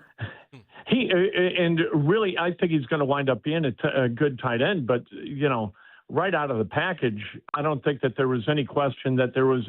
I think a player at any position who is more ready to kind of come to the NFL and make his presence felt than Tyler Warren. He's just a football player. You talk to him in the locker room. Some guys really enjoy the conversation with the media, and some guys really don't. And Tyler Warren's one of those guys. He doesn't enjoy talking. He likes playing. He's just a football player. He is a good enough athlete that he can do anything. He's thrown a pass. He is a really kind of a good fullback. So Jim Bob Cooter, if he wants, he's the offensive coordinator. If he wants to run something where he needs a fullback, Tyler lines up in the backfield, either blocks or carries the ball, and is really, really good at whatever he does. And he just looked like, and this goes back a little bit, I don't think he looks like Gronkowski. I think he looks like Jeremy Shockey. I think he's kind of a Shockey type guy where when he blocks you, he does it with anger. When he runs, he does it angry. And he wants to, knock you down if you have the temerity to come up and try to tackle him. He's got great hands. He runs a good route. He's fast enough. The guy just checks all the boxes. And I think you're right. He was the most predictably productive rookie coming out of college last year. And that's proven to be true. Ken, I'm looking at the Colts schedule and Pittsburgh. Okay, then you go overseas to face Atlanta. That'll be a test. It's the one that's 2 weeks after the game overseas, coming off a bye. Has the conversation there already shifted a little bit to, hey, I wonder how this Colts team is going to do against the team that's been running the AFC, that being the Kansas City Chiefs, that game being at Arrowhead on Sunday, November 23rd? I think that's going to be awesome. I can't wait for that game to be played. That is the game that you kind of circle. I think everybody else is sort of flawed. I think early in the season, the Chiefs, they weren't playing as well as they might have. They had some weapons who were down, but now they kind of got it rolling. Mahomes looks right. And I think, at that point, it's possible that the Colts are like a 9-win team and the Chiefs right behind them. And that's kind of maybe the media will paint it as a battle for the 1 seed in the AFC. And I hope that they do. It's been a while since we've had real meaningful football in the month of November at that level where you're playing for something really substantial. And this team looks like, at least on the offensive side of the ball, like they can compete with the Chiefs. Defensively, you got to get guys back because this defense really looks good when Mooney Ward is on the field. When Mooney Ward's playing, they look terrific. And when he's not, they really have a tough time getting off the field. As you saw yesterday, I mean, the Chargers with a 21-play drive that really worked in the favor of the Colts. But I don't think that that's going to be unusual moving forward with Ward on IR and that defense kind of being without a lockdown corner. So, Kent, when you look at the remainder of the schedule and you've got a nice little 2-game cushion now in the AFC South over Jacksonville, is it 1 seed or bust for Indianapolis? Because the schedule does kind of play out to a point where you've got some divisional games in there and anything can happen there. But, man, they find themselves in a position now that nobody really saw them in going into this season. I think so. I think you got to dream it to be it, and so you talk to the Colts, they were much more confident in themselves than anybody really gave them or anybody really expected them to be. You thought that maybe they were kind of psychotic the way they talked about, their abilities and how they were gelling. And, we'd heard that nonsense before. And they wind up going 8-9, 9-8, 4-12-1 in 2022. They haven't gone to the playoffs since 20. And this is a team that's, they're not predicting greatness, but they're saying we're really good. And if we take this thing week to week, we got a chance to be special. And you're like, okay, you're selling tickets. You've been told by the people in the front office, we got to put on a happy face and be optimistic. But everything that they have said has come to pass. So I'm starting to take them at their word and believe. Yesterday, the way they played offense, maybe the greatest show on turf, maybe the Chargers in the 80s. Like, I haven't seen a team rip through a relatively decent pass defense like the Colts did yesterday in a long time, and doing it week after week after week after week. I'm starting to buy in that maybe this is kind of a special group. Well, if the Colts are a special group, my gosh, what a time it is to be a fan in your state right now with the Hoosiers doing what they're doing. Cignetti, how has he been able to build that program? It's not like they haven't had success. Heck, they had Michael Penix, right? So, but now here's Indiana, ranked second, and certainly, unless something really bad happens, will be a playoff team. Tell us how Cignetti built that program. You know, it's kind of simplicity. You guys have been managed by people, and some of them have been good managers, and some of them probably hadn't. At least in my experience in radio, that's been the case. Some of them are pretty good, some aren't.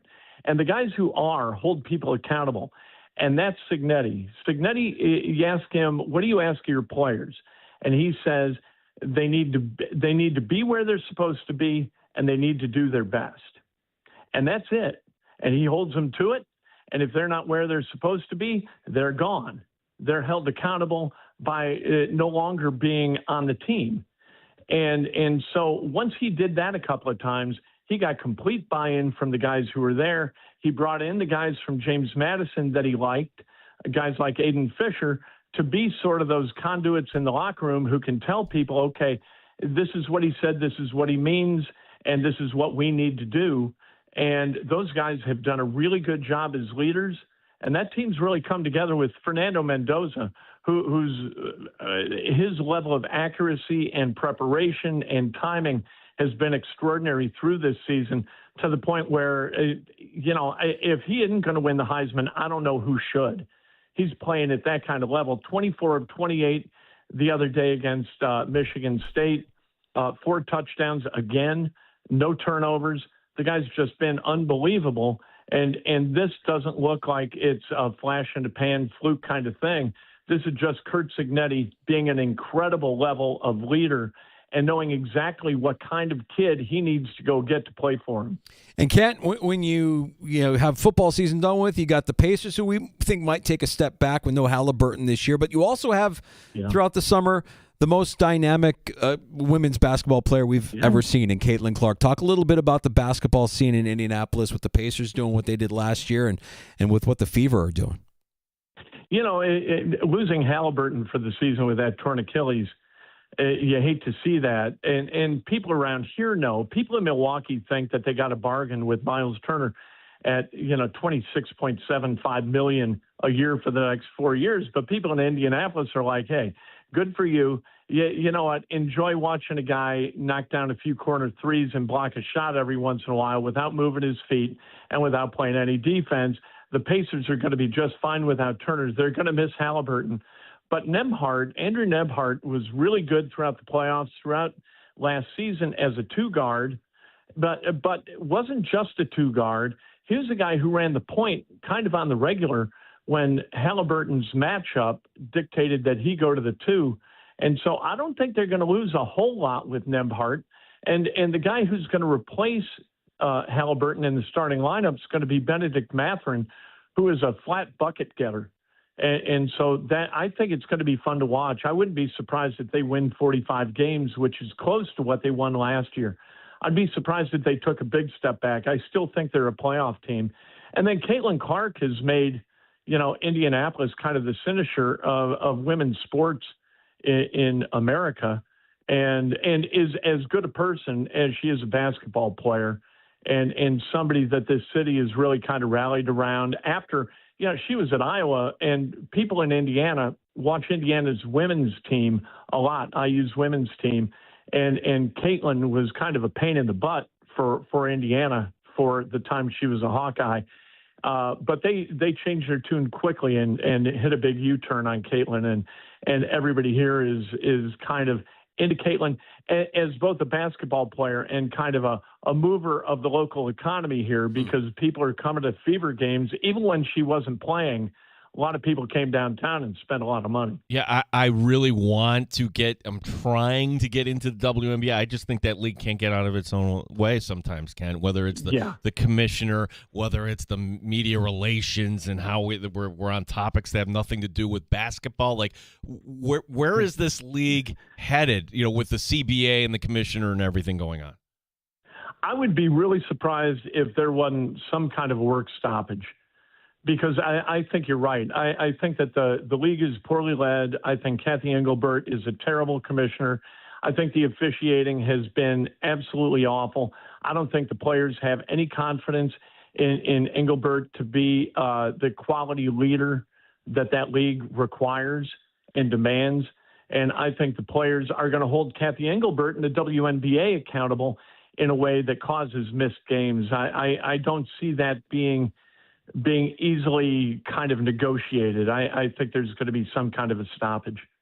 He's Ken Sterling. Sterling in the morning at 98.7 WGCL, the host of the Indiana Best Sports YouTube channel. I'm guessing you could find that right there on YouTube. Kent, tell everybody about when you're going live and when we can get more of your content here.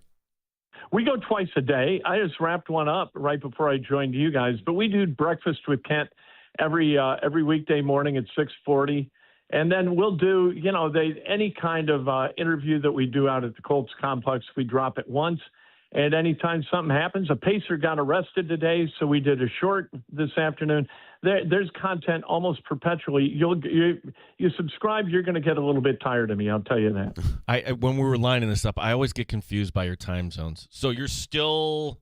I don't know. You're on Eastern time here, Kent, or do you always East? Always East. Okay. Now we're always East. We used to stay the same, and it drove everybody here crazy. And we finally got a governor in Mitch Daniels who said, you know what, on second thought, this is stupid. Let's change it and let's go.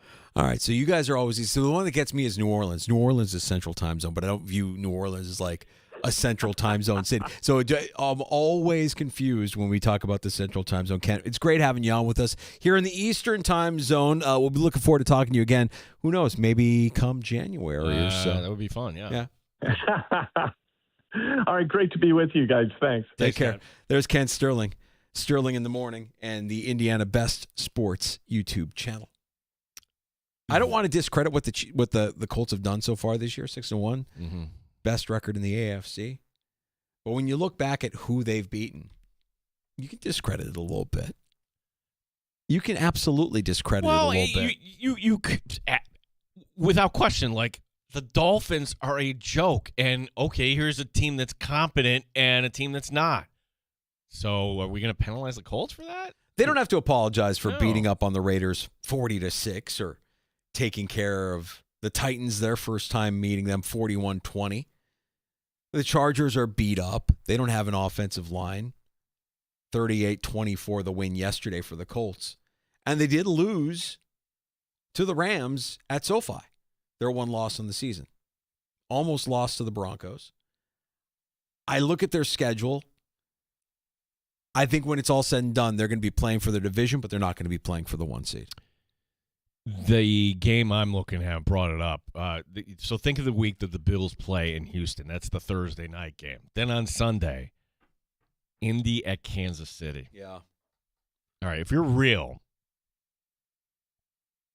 that's one that, okay. Sure. Yeah, like you just at least go in there and show the world. They still have to play the NFC West. They've got the Seahawks. They've got the 49ers coming up in December. I think both of those games will be tests for them. The Falcons' defense, we believe, is real. By the way, do the Falcons losing to the Niners and the hologram of San Francisco's defense, does that sting more as a Bills fan? I think that's a young team that, hey, we've arrived, here we are, and okay, well, there's a team you got to go across the country that plays a physical brand that was ready for you. Yeah, the Niners get the win on Sunday Night Football and dispatch of the Falcons 20-10 last night. There's another story from the NFL. This one's tragic. And it's one of those stories that, okay, we're hearing bits and pieces. Yeah. And I got a feeling. Tragic and puzzling. We can talk about this during happy hour, although the story is not a happy one. Doug Martin passing away over the weekend at the age of 36. So the story here is, how do you die at 36? He was a burglary suspect who was in custody suffering a medical emergency. Sounds like there's a little bit of a story here that, how did we get to this point? Can I back out the lens a little bit here? What would help is actually Mark Sanchez explaining himself. Like, if you want to get back your career, what were you doing on the night? What did you allegedly take? How did you arrive in this spot? Sure. And I'm sure the legal representation is saying that's not the advice we would give you. Let us do the talking for you. You keep quiet.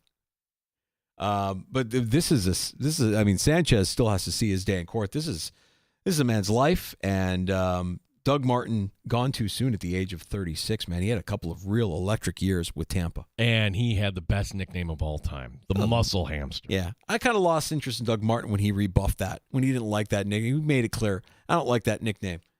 Too bad, dude. You're the Muscle Hamster. You'll always be the Muscle Hamster. We'll get to that. We'll talk a little bit more about Week 7 in the NFL. We got a couple of great games tonight, Monday Night Football doubleheader, and a decisive Game 7 north of the border with the Blue Jays looking to advance to the World Series. Yeah, I guess pivotal is Game 5, decisive. Of course. Can't just be a Game 7. It's a decisive. Yeah. And we've made it 2 hours, and we haven't once said the S word. Let's see if we can extend that. Oh, we won't be able to because we have it tonight. I mentioned it in the updates. They go for their third in a row in Montreal. We'll get to all of it here on your calls. Like, are you watching Lions Buccaneers? Which I'm guessing you have a piece fantasy wise. Your opponent does. Are you watching a Game 7? No. Sabres hockey tonight in Montreal. October hockey. We'll get to all of it with Happy Hour next, and your calls at 866-4326, 585-866-4FAN. You're listening to the Sports Bar.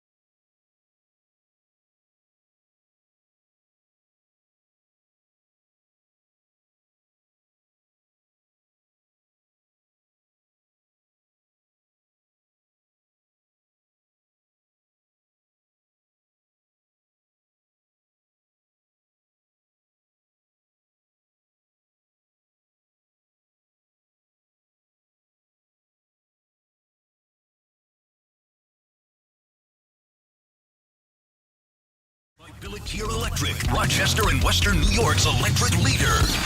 This is The Fan Rochester. WROC AM, WBEE HD2, and W239BF Rochester. The sports leader. 95.7 FM and AM 950. The Fan Rochester.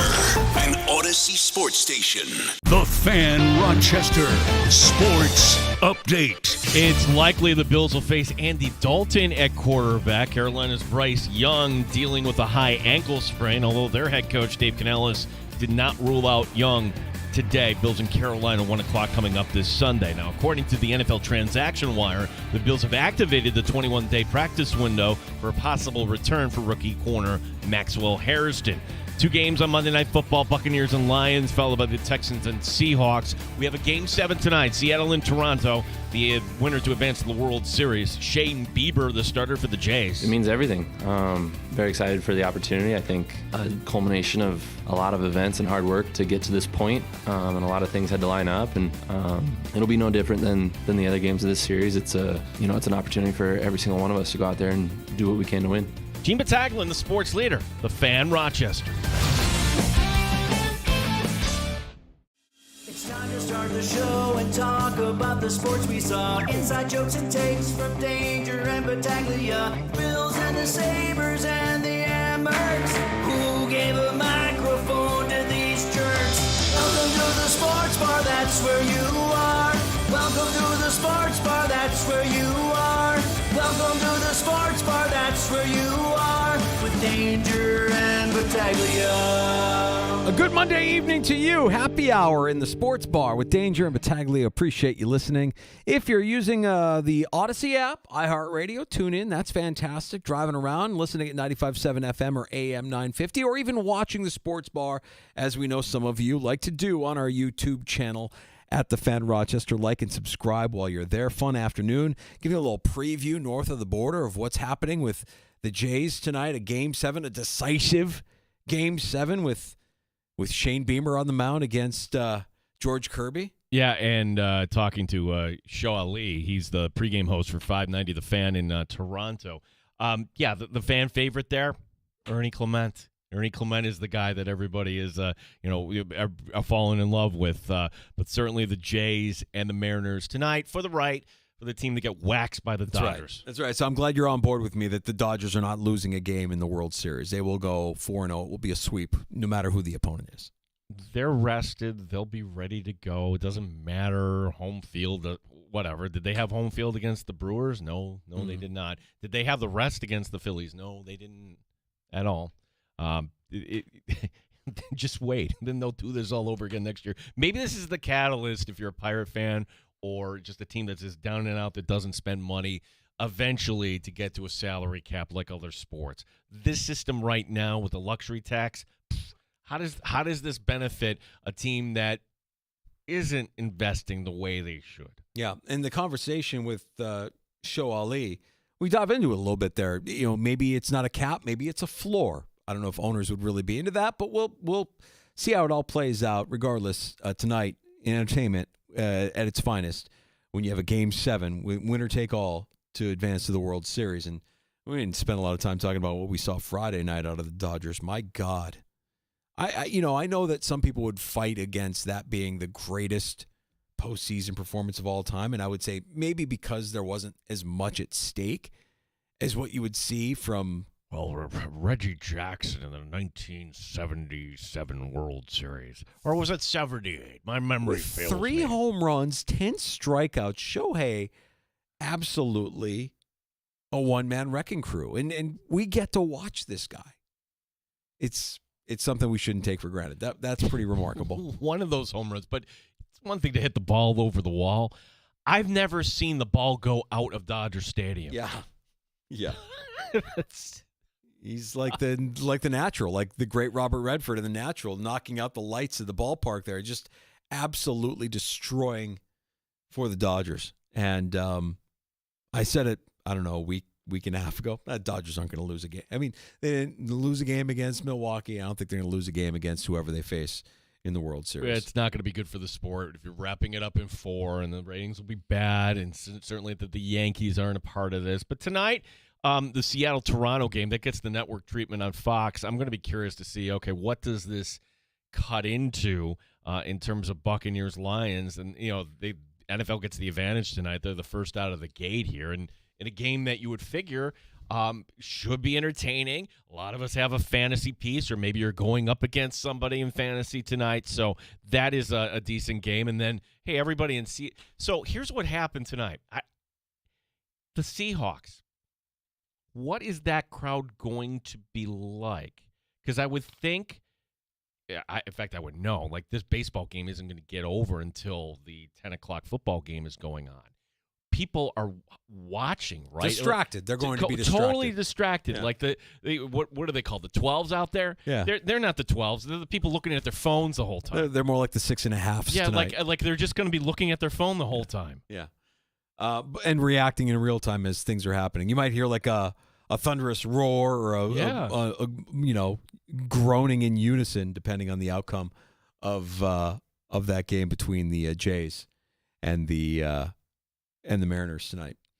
You said something in your sports update that I wanted to circle back on because I think it's interesting, and we won't know exactly what this means until we hear from the team later. But the practice window opened for Maxwell Hairston. So the Bills, they're not practicing until Wednesday, and kind of along with that, we're not going to hear from McDermott and his staff until Wednesday. But to make this happen, because this is when the work week begins, the Bills putting in the 21-day window. So this doesn't mean Maxwell Harrison is coming back this week. That would actually surprise me. But if you just kind of count this out, 21 days from now, either he's going to be on the active 53-man roster. If the Bills deem him at that point not ready, then he remains on injury reserve for the rest of the year. So, this is – and, gosh, if you do the math here, do you activate him this week? No. Are you activating him for Kansas City? No, you're going to push it as far as you can. Yeah. You're going to give him as many reps as you can, see how he responds to practice. And then hopefully we get the chance to see the rookie. I don't know that it could be much worse than what we've seen through this portion of the season. And you know what? If you're looking for things for the Bills coming out of the bye, secondary play is a big part of that. How do Rapp and Bishop respond to their start of the season? Well, I've seen Tim Graham and others suggest that there should be a personnel change, even suggesting the point of Jordan Poyer. And Danger, look, I'm not saying this is going to fix everything, but we can kind of agree that the safety play has just been so bad. You have to try something different. I can't advocate for bringing Poyer back. I just can't do it. I think your upside is far greater. The upside of play is far greater with what you have back there in Rapp. I don't know. And Bishop the one versus thing Poyer. Poyer can do is tackle. Like Rapp has been out of position, so like Rapp being Poyer taking angles and everything else like that. The thing that's going to be interesting this week: how do the Bills manage Hoyt and Ogunjobi? I look at Ogunjobi being a depth piece. Hoyt has got to be a key guy, and particularly with Milano. Who knows what his status is, much less Bernard at middle linebacker. But Hoyt is the guy on the edge that they could put into linebacker. He was kind of like a chess piece. All right, well, he's back. He's healthy. He hasn't done anything for this team since Labor Day weekend, Danger. That's when he had to go away. Yep. So that's unique, right? Like, do they actually trust the guy to get meaningful snaps when, sure, he's been working out at the gym, I suppose, and he's all in shape, but he's not calloused up. Is he ready to take snaps this week? I'm interested in that on the defensive side of the ball. And offensively, I want to see if they recommit to James Cook, recommit to the run game that worked so well for them earlier this year. I mean, it was through the first, 4 games that we were talking about how James Cook looked unbelievable. I mean, he was leading the league in touchdown scored. I mean, there was a lot to like about what we saw out of James Cook's play. And the last 2 games, both losses, it feels like the Bills kind of got away from what was working.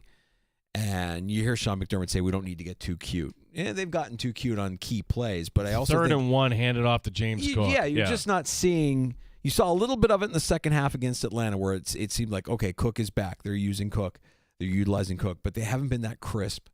A lot has been made of the receivers and their inability to get separation. I would say these are the same guys as last year, and you had an MVP quarterback. And you added Josh Palmer. We'll see what the injury status is of Palmer here moving forward. So I don't really know that you can do anything about receiver for the rest of the year. But you can control how often you're deploying James Cook and how you're using James Cook. You got Carolina, and I'm telling you, Carolina has to be you're winning, but you're winning with style. I want style points over Carolina. Yeah, I mean, people pointed out Dowdle, and granted, that was against the Dolphins, it was against the Cowboys, but are we ready to say the Bills' run defense is that much better? I'm sorry, it's not. But, and we mentioned this in the update, it was early afternoon that you had the media Goombas all reporting, Rappaport and everyone else, hey, out for this week is going to be Bryce Young. He's got a high ankle sprain, and he'll be out for a while. Okay, well, Canales just kind of walked that back, said, no, he's day-to-day, and that might just be some gamesmanship. Regardless, you're going to have Bryce Young at not 100%, but I think it's actually going to be Andy Dalton. I agree with you. I think it will be Dalton. I think a high ankle sprain keeps him out at least a couple of weeks, even though he says he might want to go or he wants to go, and they're saying it's day-to-day. One way or the other, I'm not really too concerned with the quarterback play, and I think you can get to either of those guys if you're the Bills' front four. I just think if you're going to beat Carolina, you got to beat them with style. It's got to be a double-digit win. It's got to be never in question. This is not a talented roster, or at least as talented as Buffalo's roster. So you should make quick work of them, build a little bit of momentum for your next opponent, the Kansas City Chiefs, coming to Buffalo a week from Sunday. Dalton against the Jets, 4 of 7 for 60 yards. Dalton has one win since the 2022 season. Oh, he's not good. No. He's not good. He is not. He is not the Andy Dalton you saw making playoff appearances for the Cincinnati Bengals. That Dalton is gone. This should be, for the Bills, the fear of God game. You cannot lose to Andy Dalton. No, not happening. This was another story that broke over the weekend, Gino, and it's a little bit of a bizarre one and tragic for sure. This is former Bucs running back Doug Martin, who passed away this weekend at the age of 36. And what makes it kind of curious is that Martin died while he was in the custody of Oakland police, who issued a statement saying, simultaneous to receiving reports of a burglary, they were informed that the suspect was having a medical emergency. A brief struggle with the suspect followed, and then that suspect became unresponsive after being taken into custody. So they're still investigating Martin's cause of death here. It has not been determined, but it sure sounds like Martin was up to no good and died in custody of Oakland police. 4:15 a.m. local time. This alleged break-in occurred. So a lot of questions. That just actually kind of makes me sad, Danger. And is it wrong for me to kind of tie the Mark Sanchez, wait a second, how did you go from here to finding yourself in this situation? You are responsible for the situation you are in. For Doug Martin, why are you there at 4:15 in the morning? For Mark Sanchez, what are you doing in that alley at 12:15 at night? What is happening to these athletes once they leave the game? It's not normal. Well, I think you've got a few things, right? You could talk about the head trauma. You could talk about CTE. You could talk about these guys not having the same purpose that they had when all they knew was football. All they knew was the sport that they played in their entire life. And then I think there's also an entitlement that comes with being a professional athlete for some of these guys, where they've got millions and millions of dollars. And when you have that kind of wealth and that kind of power, you're not used to hearing the word no very often. And that could send you sideways. But the lack of purpose, I think, with a lot of these guys is the biggest struggle with a pro athlete. The guys that don't know what to do with their lives after their football playing days are done. And perhaps that's the tragic tale of Doug Martin, the muscle hamster. Fun fact, he was so good. I remember this year from fantasy that in terms of yards from scrimmage for a rookie, number one on the list, Eric Dickerson, Hall of Famer. Number two, Edgerrin James. And at the time, it was Doug Martin. But then after those first few years, it was just like, okay, he's just kind of hanging on here. So it wasn't quite the same, but still, he ended up fourth all time right now is fourth all-time in the Buccaneers rushing. Boise State, if I'm not mistaken. Yeah, Boise State. Yeah. Yeah, so the muscle hamster passes away at the age of 36 with circumstances that are fishy at best. We'll see when they announce what that actual cause of death was. If the Oakland Police Department is putting out a statement and there was a, quote, brief struggle, oh boy. Well, we'll see how that all shakes out here. This story's far from over. Unbelievable weekend of action. I mean, we talked about Shohei and everything he did on Friday. You had great college football action. Notre Dame getting over on USC on Saturday night. You had nonstop action yesterday. Gino got excited because his Travis Hunter investment finally paid off in London. Probably Danger's like, why are you texting me? It's Sunday morning. Just leave me alone. I'll talk to you tomorrow. Oh, yeah. See, for me, the London game, I'm not fully invested. Background noise, right? It is, yeah. Doing dishes. It's comfort. It's on. It's Sunday morning. Sunday morning's meant to be relaxing, and then but if you have a player, you're paying attention. And a couple takeaways from that game. One being, all right, next time the Bills are over there, we could talk blue in the face. Like, how? Okay, you don't need to be over there. The Rams just proved that. They got on a plane. They arrived Saturday. Jet lag, schmet lag. They blew the doors off. Did they do jet. something different? I'm wondering if they did something different or did something with more discipline than other teams in terms of traveling or preparing for that travel. The only thing is they stayed in Baltimore the whole week. So they didn't go back to the West Coast realizing, okay, that's going to be. So, yeah, that's a great question.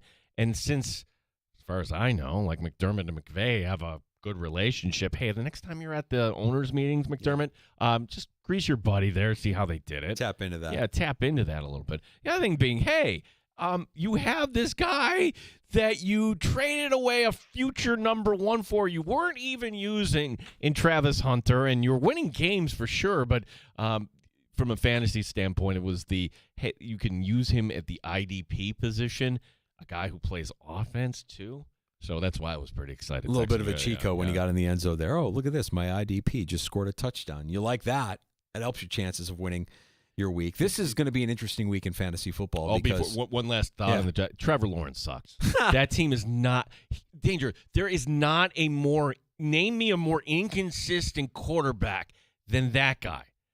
I just don't understand. Sometimes he looks like, okay, this is what you see. And then other times the ball is high. His pocket presence isn't there. He's not the sole reason they got blown out in that game. Certainly their defense didn't show up, but just felt like we don't need to take the Jacksonville Jaguars seriously. Okay, I'm sorry. Continue. Nope, that's fine. I was going to just say that Week 8 presents some challenges for fantasy football players. 6 teams on bye this upcoming weekend. So rosters are going to be a bit thin. And I'm trying to think of quarterbacks that might fit that bill as far as their inconsistencies. I guess if you're consistently bad, you wouldn't be inconsistent.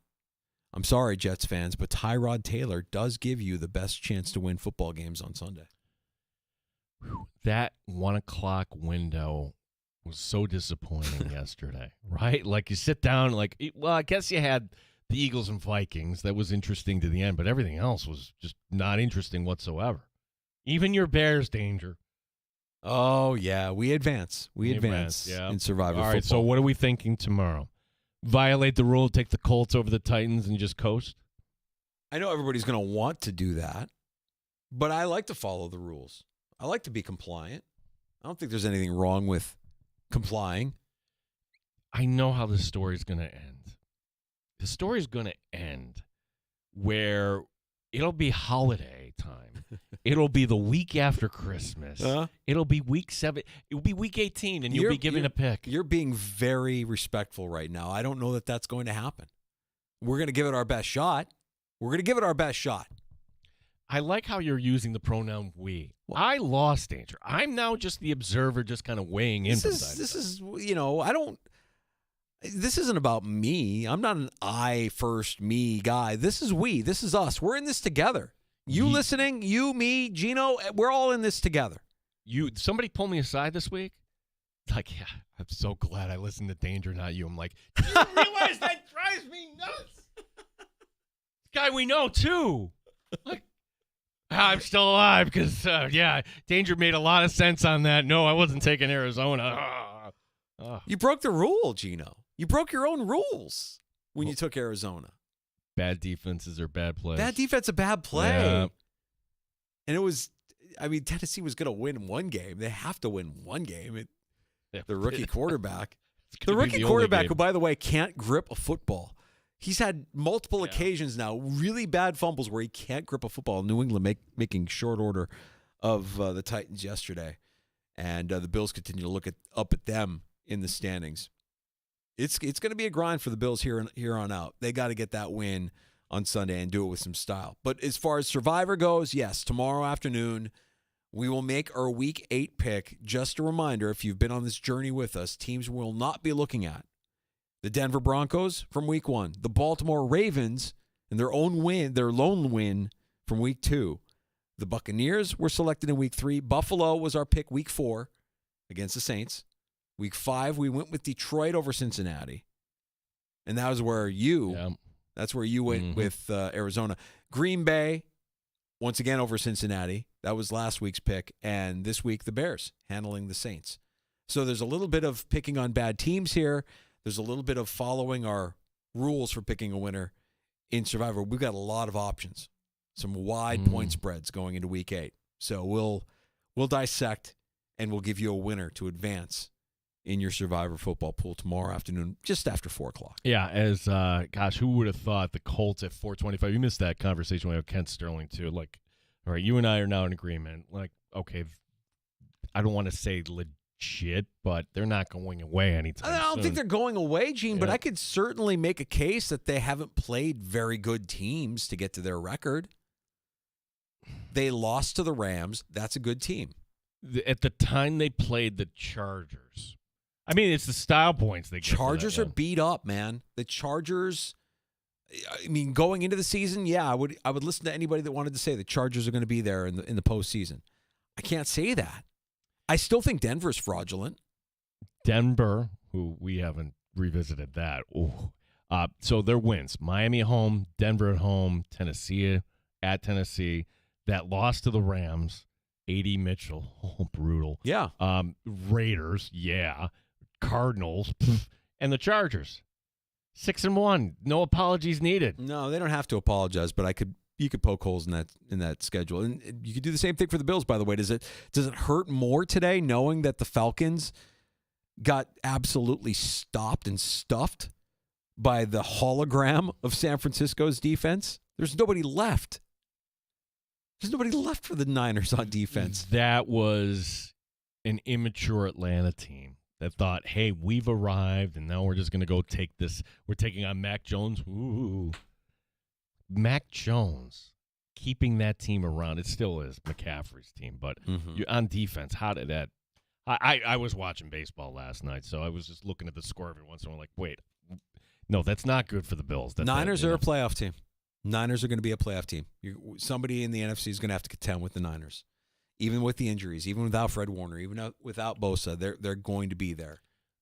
I am rooting for Mac Jones to make the playoffs just to make Belichick look worse, Danger. That's all. That's not even... Well, we didn't get the blowout on Friday night, but they didn't get the win either. No, we've got that coming up in shots. All right, let's get to a round of shots next. So a lot of college football, another coach getting fired. What is going on with the sports? We talked about the muscle hamster passing away. Yankee fans, this is a name you know from last decade. A tragedy involving the Yankees. We'll tell you who the Yankees lost, and also, if you're a Jet fan, I'm going to introduce you to gallows humor. That is the way to cope through all of this, for sure. Okay. A round of shots coming up, and last call. You can have the final word in the sports bar when you dial us up at 866-4326. 585-866-4FAN. You're listening to the Sports Bar with Danger and Battaglia. On 95.7 FM and AM 950, The Fan, Rochester. Start your...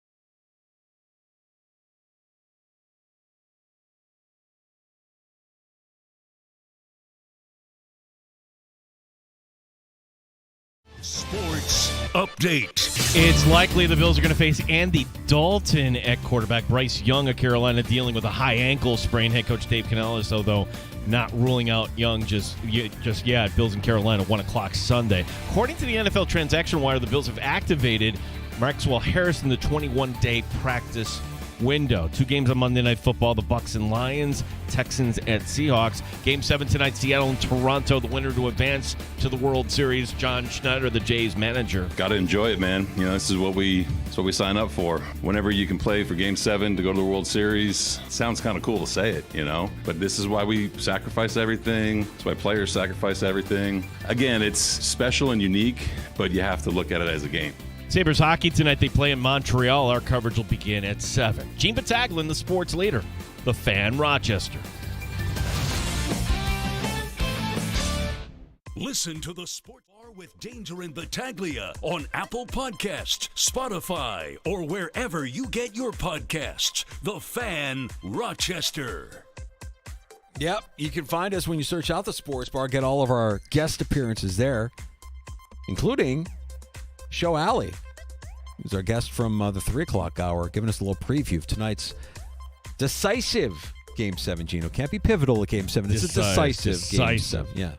It's time for a round of shots. Let me give you a couple NFL notes here, too, because this Buccaneer game tonight, and this kind of hurts if you left him out of your lineup because you didn't think he was going to play. No, he's going to be active. Evans? Emeka Ibuka, officially active for tonight's game against the Lions. Interesting. That renders my Sterling Shepard waiver claim. Same. Yeah, nice. I'm like, I was glad I used priority on that. Fantastic. Well, that's. I'm glad I have Shepard in the lineup tonight because that's going to do me. Am I a bad dad or a good dad for introducing my daughter, my oldest daughter, to fantasy football? And now she is not only is she obsessed, she's doing better than I am, and she's still asking me for advice. And then when I give her bad advice, when the advice doesn't pan out, she gets mad at me. She's not talking to me today. You are a great dad, okay? And you tell Miss Leah that it's this is part of the game. By the way, try to tell her. I'm like, look, the whole point of this is try to minimize risk and predict the outcomes of these games, and it's impossible to do because it's a week-to-week league, and there's so much variance from week to week.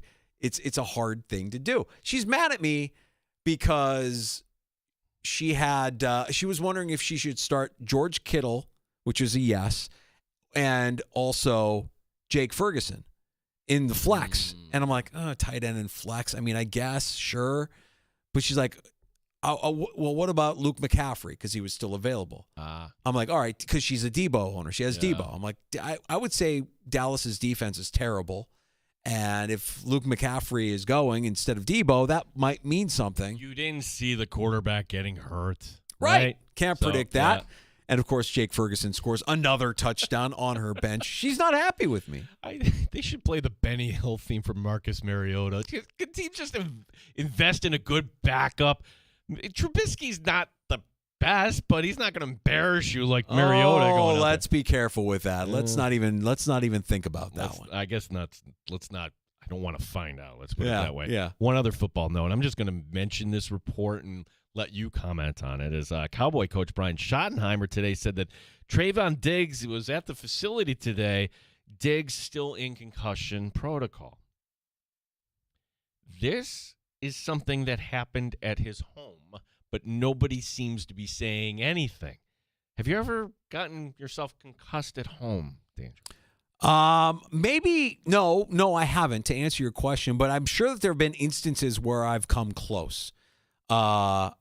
Certainly in the wintertime, driveways can be icy. Mm-hmm. When you're shoveling the driveway, you're hitting the snowball. Not icy this time. You're in Dallas, but correct. I had a mishap just a couple of weekends ago. I don't even know if I shared this with you. I fell off a ladder.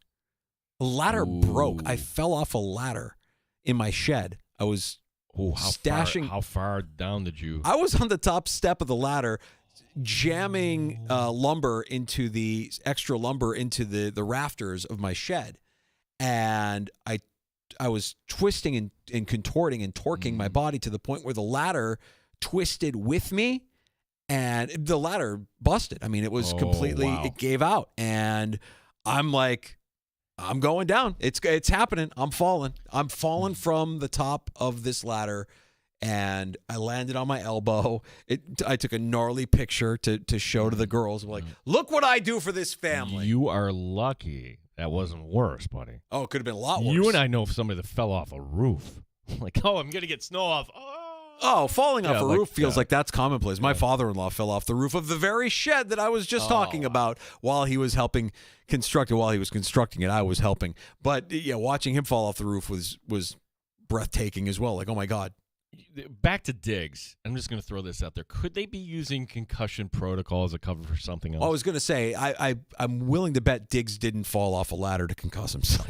Right. Like I'll put money on that. I'm thinking there's a story there that's going to come out, and my advice to the Cowboys would be just come clean, because net market will find out at some point. The cover-up is always worse than the crime, as they say. College football has become unforgiving for coaches. Billy Napier, the latest head coach to be let go.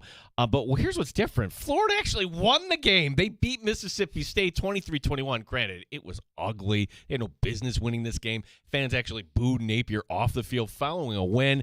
The resume, not great, Bob. Team winning just 5 of their last 22 against Not great, Bob. ranked opponents. Danger always on the ready.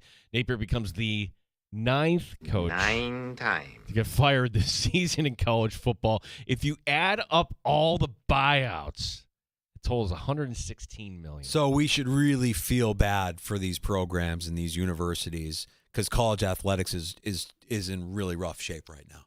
I would just say that if your university or school says, hey, it's giving day, or make a donation, or whatever it is, like, where's that donation going to? Yeah. Paying off a disgraced head coach. right. I think they're doing just fine. I'm not worried about the state of college athletics. I think if they're paying out $116 million to guys for being bad at their job, they're probably going to be okay. How would you feel about this? A college football bowl game in Saudi Arabia. We now find out that officials from the Holiday Bowl flew overseas this past summer looking to move the game from San Diego to Saudi Arabia. Only one reason, right? The deal actually got killed because, well, the Holiday Bowl has official deal with the ACC, and the ACC said, no, we're not doing that. Meanwhile, as a follow-up to this story, Bloomberg News reached out to the NFL to see if they would consider having an NFL game in Saudi Arabia. The NFL did not respond, has yet to respond. That one feels, I'm not going to say that does not feel like an inevitability to me. Well, it does to me, and here's why. Who is the face of the NFL? To me, Tom Brady. Tom Brady with an official from Saudi Arabia, and granted, this is about whatever league or for flag football or whatever. It's nothing to do with the NFL. But the NFL has to take note. They're taking notes on this. Okay, there wasn't this massive pushback. So you're saying that happened? I missed that. Yes, that might have been while you were away. Yes, so there's going to be this bogus flag football league that Tom Brady is part of, which he's going to be a quarterback with Gronk and a bunch of all these old fart players, right? And they're going to go over. Nothing currently. No current player. They're playing in Saudi Arabia, though. Yes, and this is going to be in March. Okay. And so, and there's Brady with a stupid smile. Yeah. Smiling there. No, of course he's smiling because he's getting paid. He's getting paid. And I mean, what was the backlash? What is going to be the backlash? I think it's going to be like nobody's going to pay attention to it. Now, the NFL going over there. NFL fan base is a different breed, man. Yeah. I mean, Tom Brady is already kind of polarizing as a figure in the NFL. We recognize him for what he did, but I think there are a lot of people that don't like Tom Brady, as many people that don't like him as do. Yeah, and now we went down this whole storyline with Liv and everything else. That do we really trust that government? Do we forgive for what happened allegedly? Like, there are a lot of things that the NFL, they do such a good job with their messaging. Do you really need that money? It's expanding beyond sports, though, too. I mean, the comedians that all went over there for the big comedy festival, they had a lot of backlash from those comedians and comedians that are here as like Kevin Hart endorses everything, and yet he's going over to Saudi Arabia to collect a check to perform at their comedy festival. This is it's interesting. It's worth continuing to monitor. I know that they want to make the game international and global. Certainly, they want to make it as much a competitor to football as possible. But I don't know when that day is where they say, yeah, we're going to play a game in the Middle East. Oof. I would predict that where do we go up next year for international game? This is the one Sunday we don't have anything, by That's the way, right. the team's on. So, like, there is no Sunday game. It's become A couple of weeks with no Sunday game. So it's become so commonplace that, I mean, when do we get to the 16? I don't know if it's next season, like where every team has to play one game, but it's going to be close. Maybe we go get it up to 10 next year, whatever it is. Would we see a game in China first or the Middle East? China first. Yeah, China. I think next year's the game in Australia, if I'm not mistaken. The Rams going over there. So. Okay. There are 17 teams in the ACC. Talk about big and bloated. Of those 17 teams, Danger, only 3 have yet to win their first conference game. One of those 3 is North Carolina. Oh, so close. The Tar Heels came at Cal, losing by just 3. The Cal student section, right behind the visitors' bench. The best chant of the night, perhaps being high school girlfriend. Yes, that's good. The team hosting 16th ranked Virginia this week. And then it's at Syracuse on Halloween night. High school girlfriend. Good. She made her way down, too. Of course she did. Of course she did. Why? She has to be part of the action constantly. It's about her. She's got to be there. Why am I so fascinated by this story? She's I want to get to as thirsty can be. I want to get to the conclusion of the story. Like, when he parts ways, is she going to stick with him? Does he go into a tailspin? Who's their next opponent? It is Virginia. 6 the Cavs. Okay, so if they get blown out by the Cavs, I'm saying No. what's next in this? What's next in this scenario? I'm painting a picture where he's still not here on Halloween. That he gets fired before. That's a short week. That's a short week for an interim coach because it's Saturday and then you got to be here Friday, travel, everything. Sure, yeah. Yeah. All right, he's probably going to make it to Syracuse, but with the extra time, it's like maybe the Syracuse ends up being the last game. Ooh, there you go. If Syracuse blows them out on Halloween, do we get the distinction of saying that was Bill Belichick's last game as a head coach? Bill Belichick's last game on the road as a Patriot coach was in Buffalo. Uh-huh. And now could his last game in college be in Syracuse? Yeah. I feel like we're right in the middle of the action. Let's go. Jesus Montero was going to be the next big catcher for the Yankees. You remember this, Yankee fans, right? Following Jorge Posada. It never really panned out. The Yankees traded Montero to Seattle in 2012 for a pitcher, Michael Pineda. In 2013, Posada suspended 50 games for PEDs, and then his career kind of faded after that. Montero passing away. This after a motorcycle accident in Venezuela on October the 4th. It left him with a punctured lung, 6 broken ribs, fractures in his femur, tibia, fibula, hip, and knee injuries.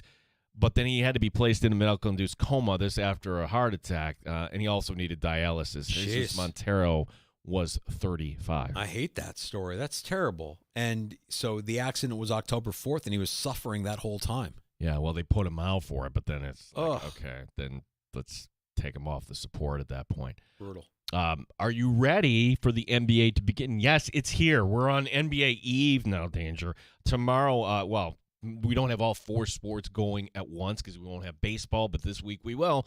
NBC has the NBA openers tomorrow night, Houston and Oklahoma City, 7:30, followed by Golden State and the Lakers. The Lakers without LeBron. You are laughing. There will be 12 games on Wednesday. I'm laughing because one of the things they were teasing last night in the football game was make sure you watch the Today Show because John Tesh is going to play his song live.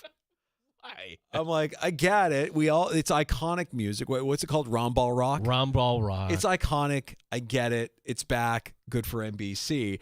But we don't need to dig up John Tesh to perform it live on the Today Show as a vehicle to promote the product. Do you think anybody watching the Today Show is going to hear that and be like, well, now I have to watch the NBA? Furthermore, is anybody that's a fan of the NBA getting up to watch the Today Show ever?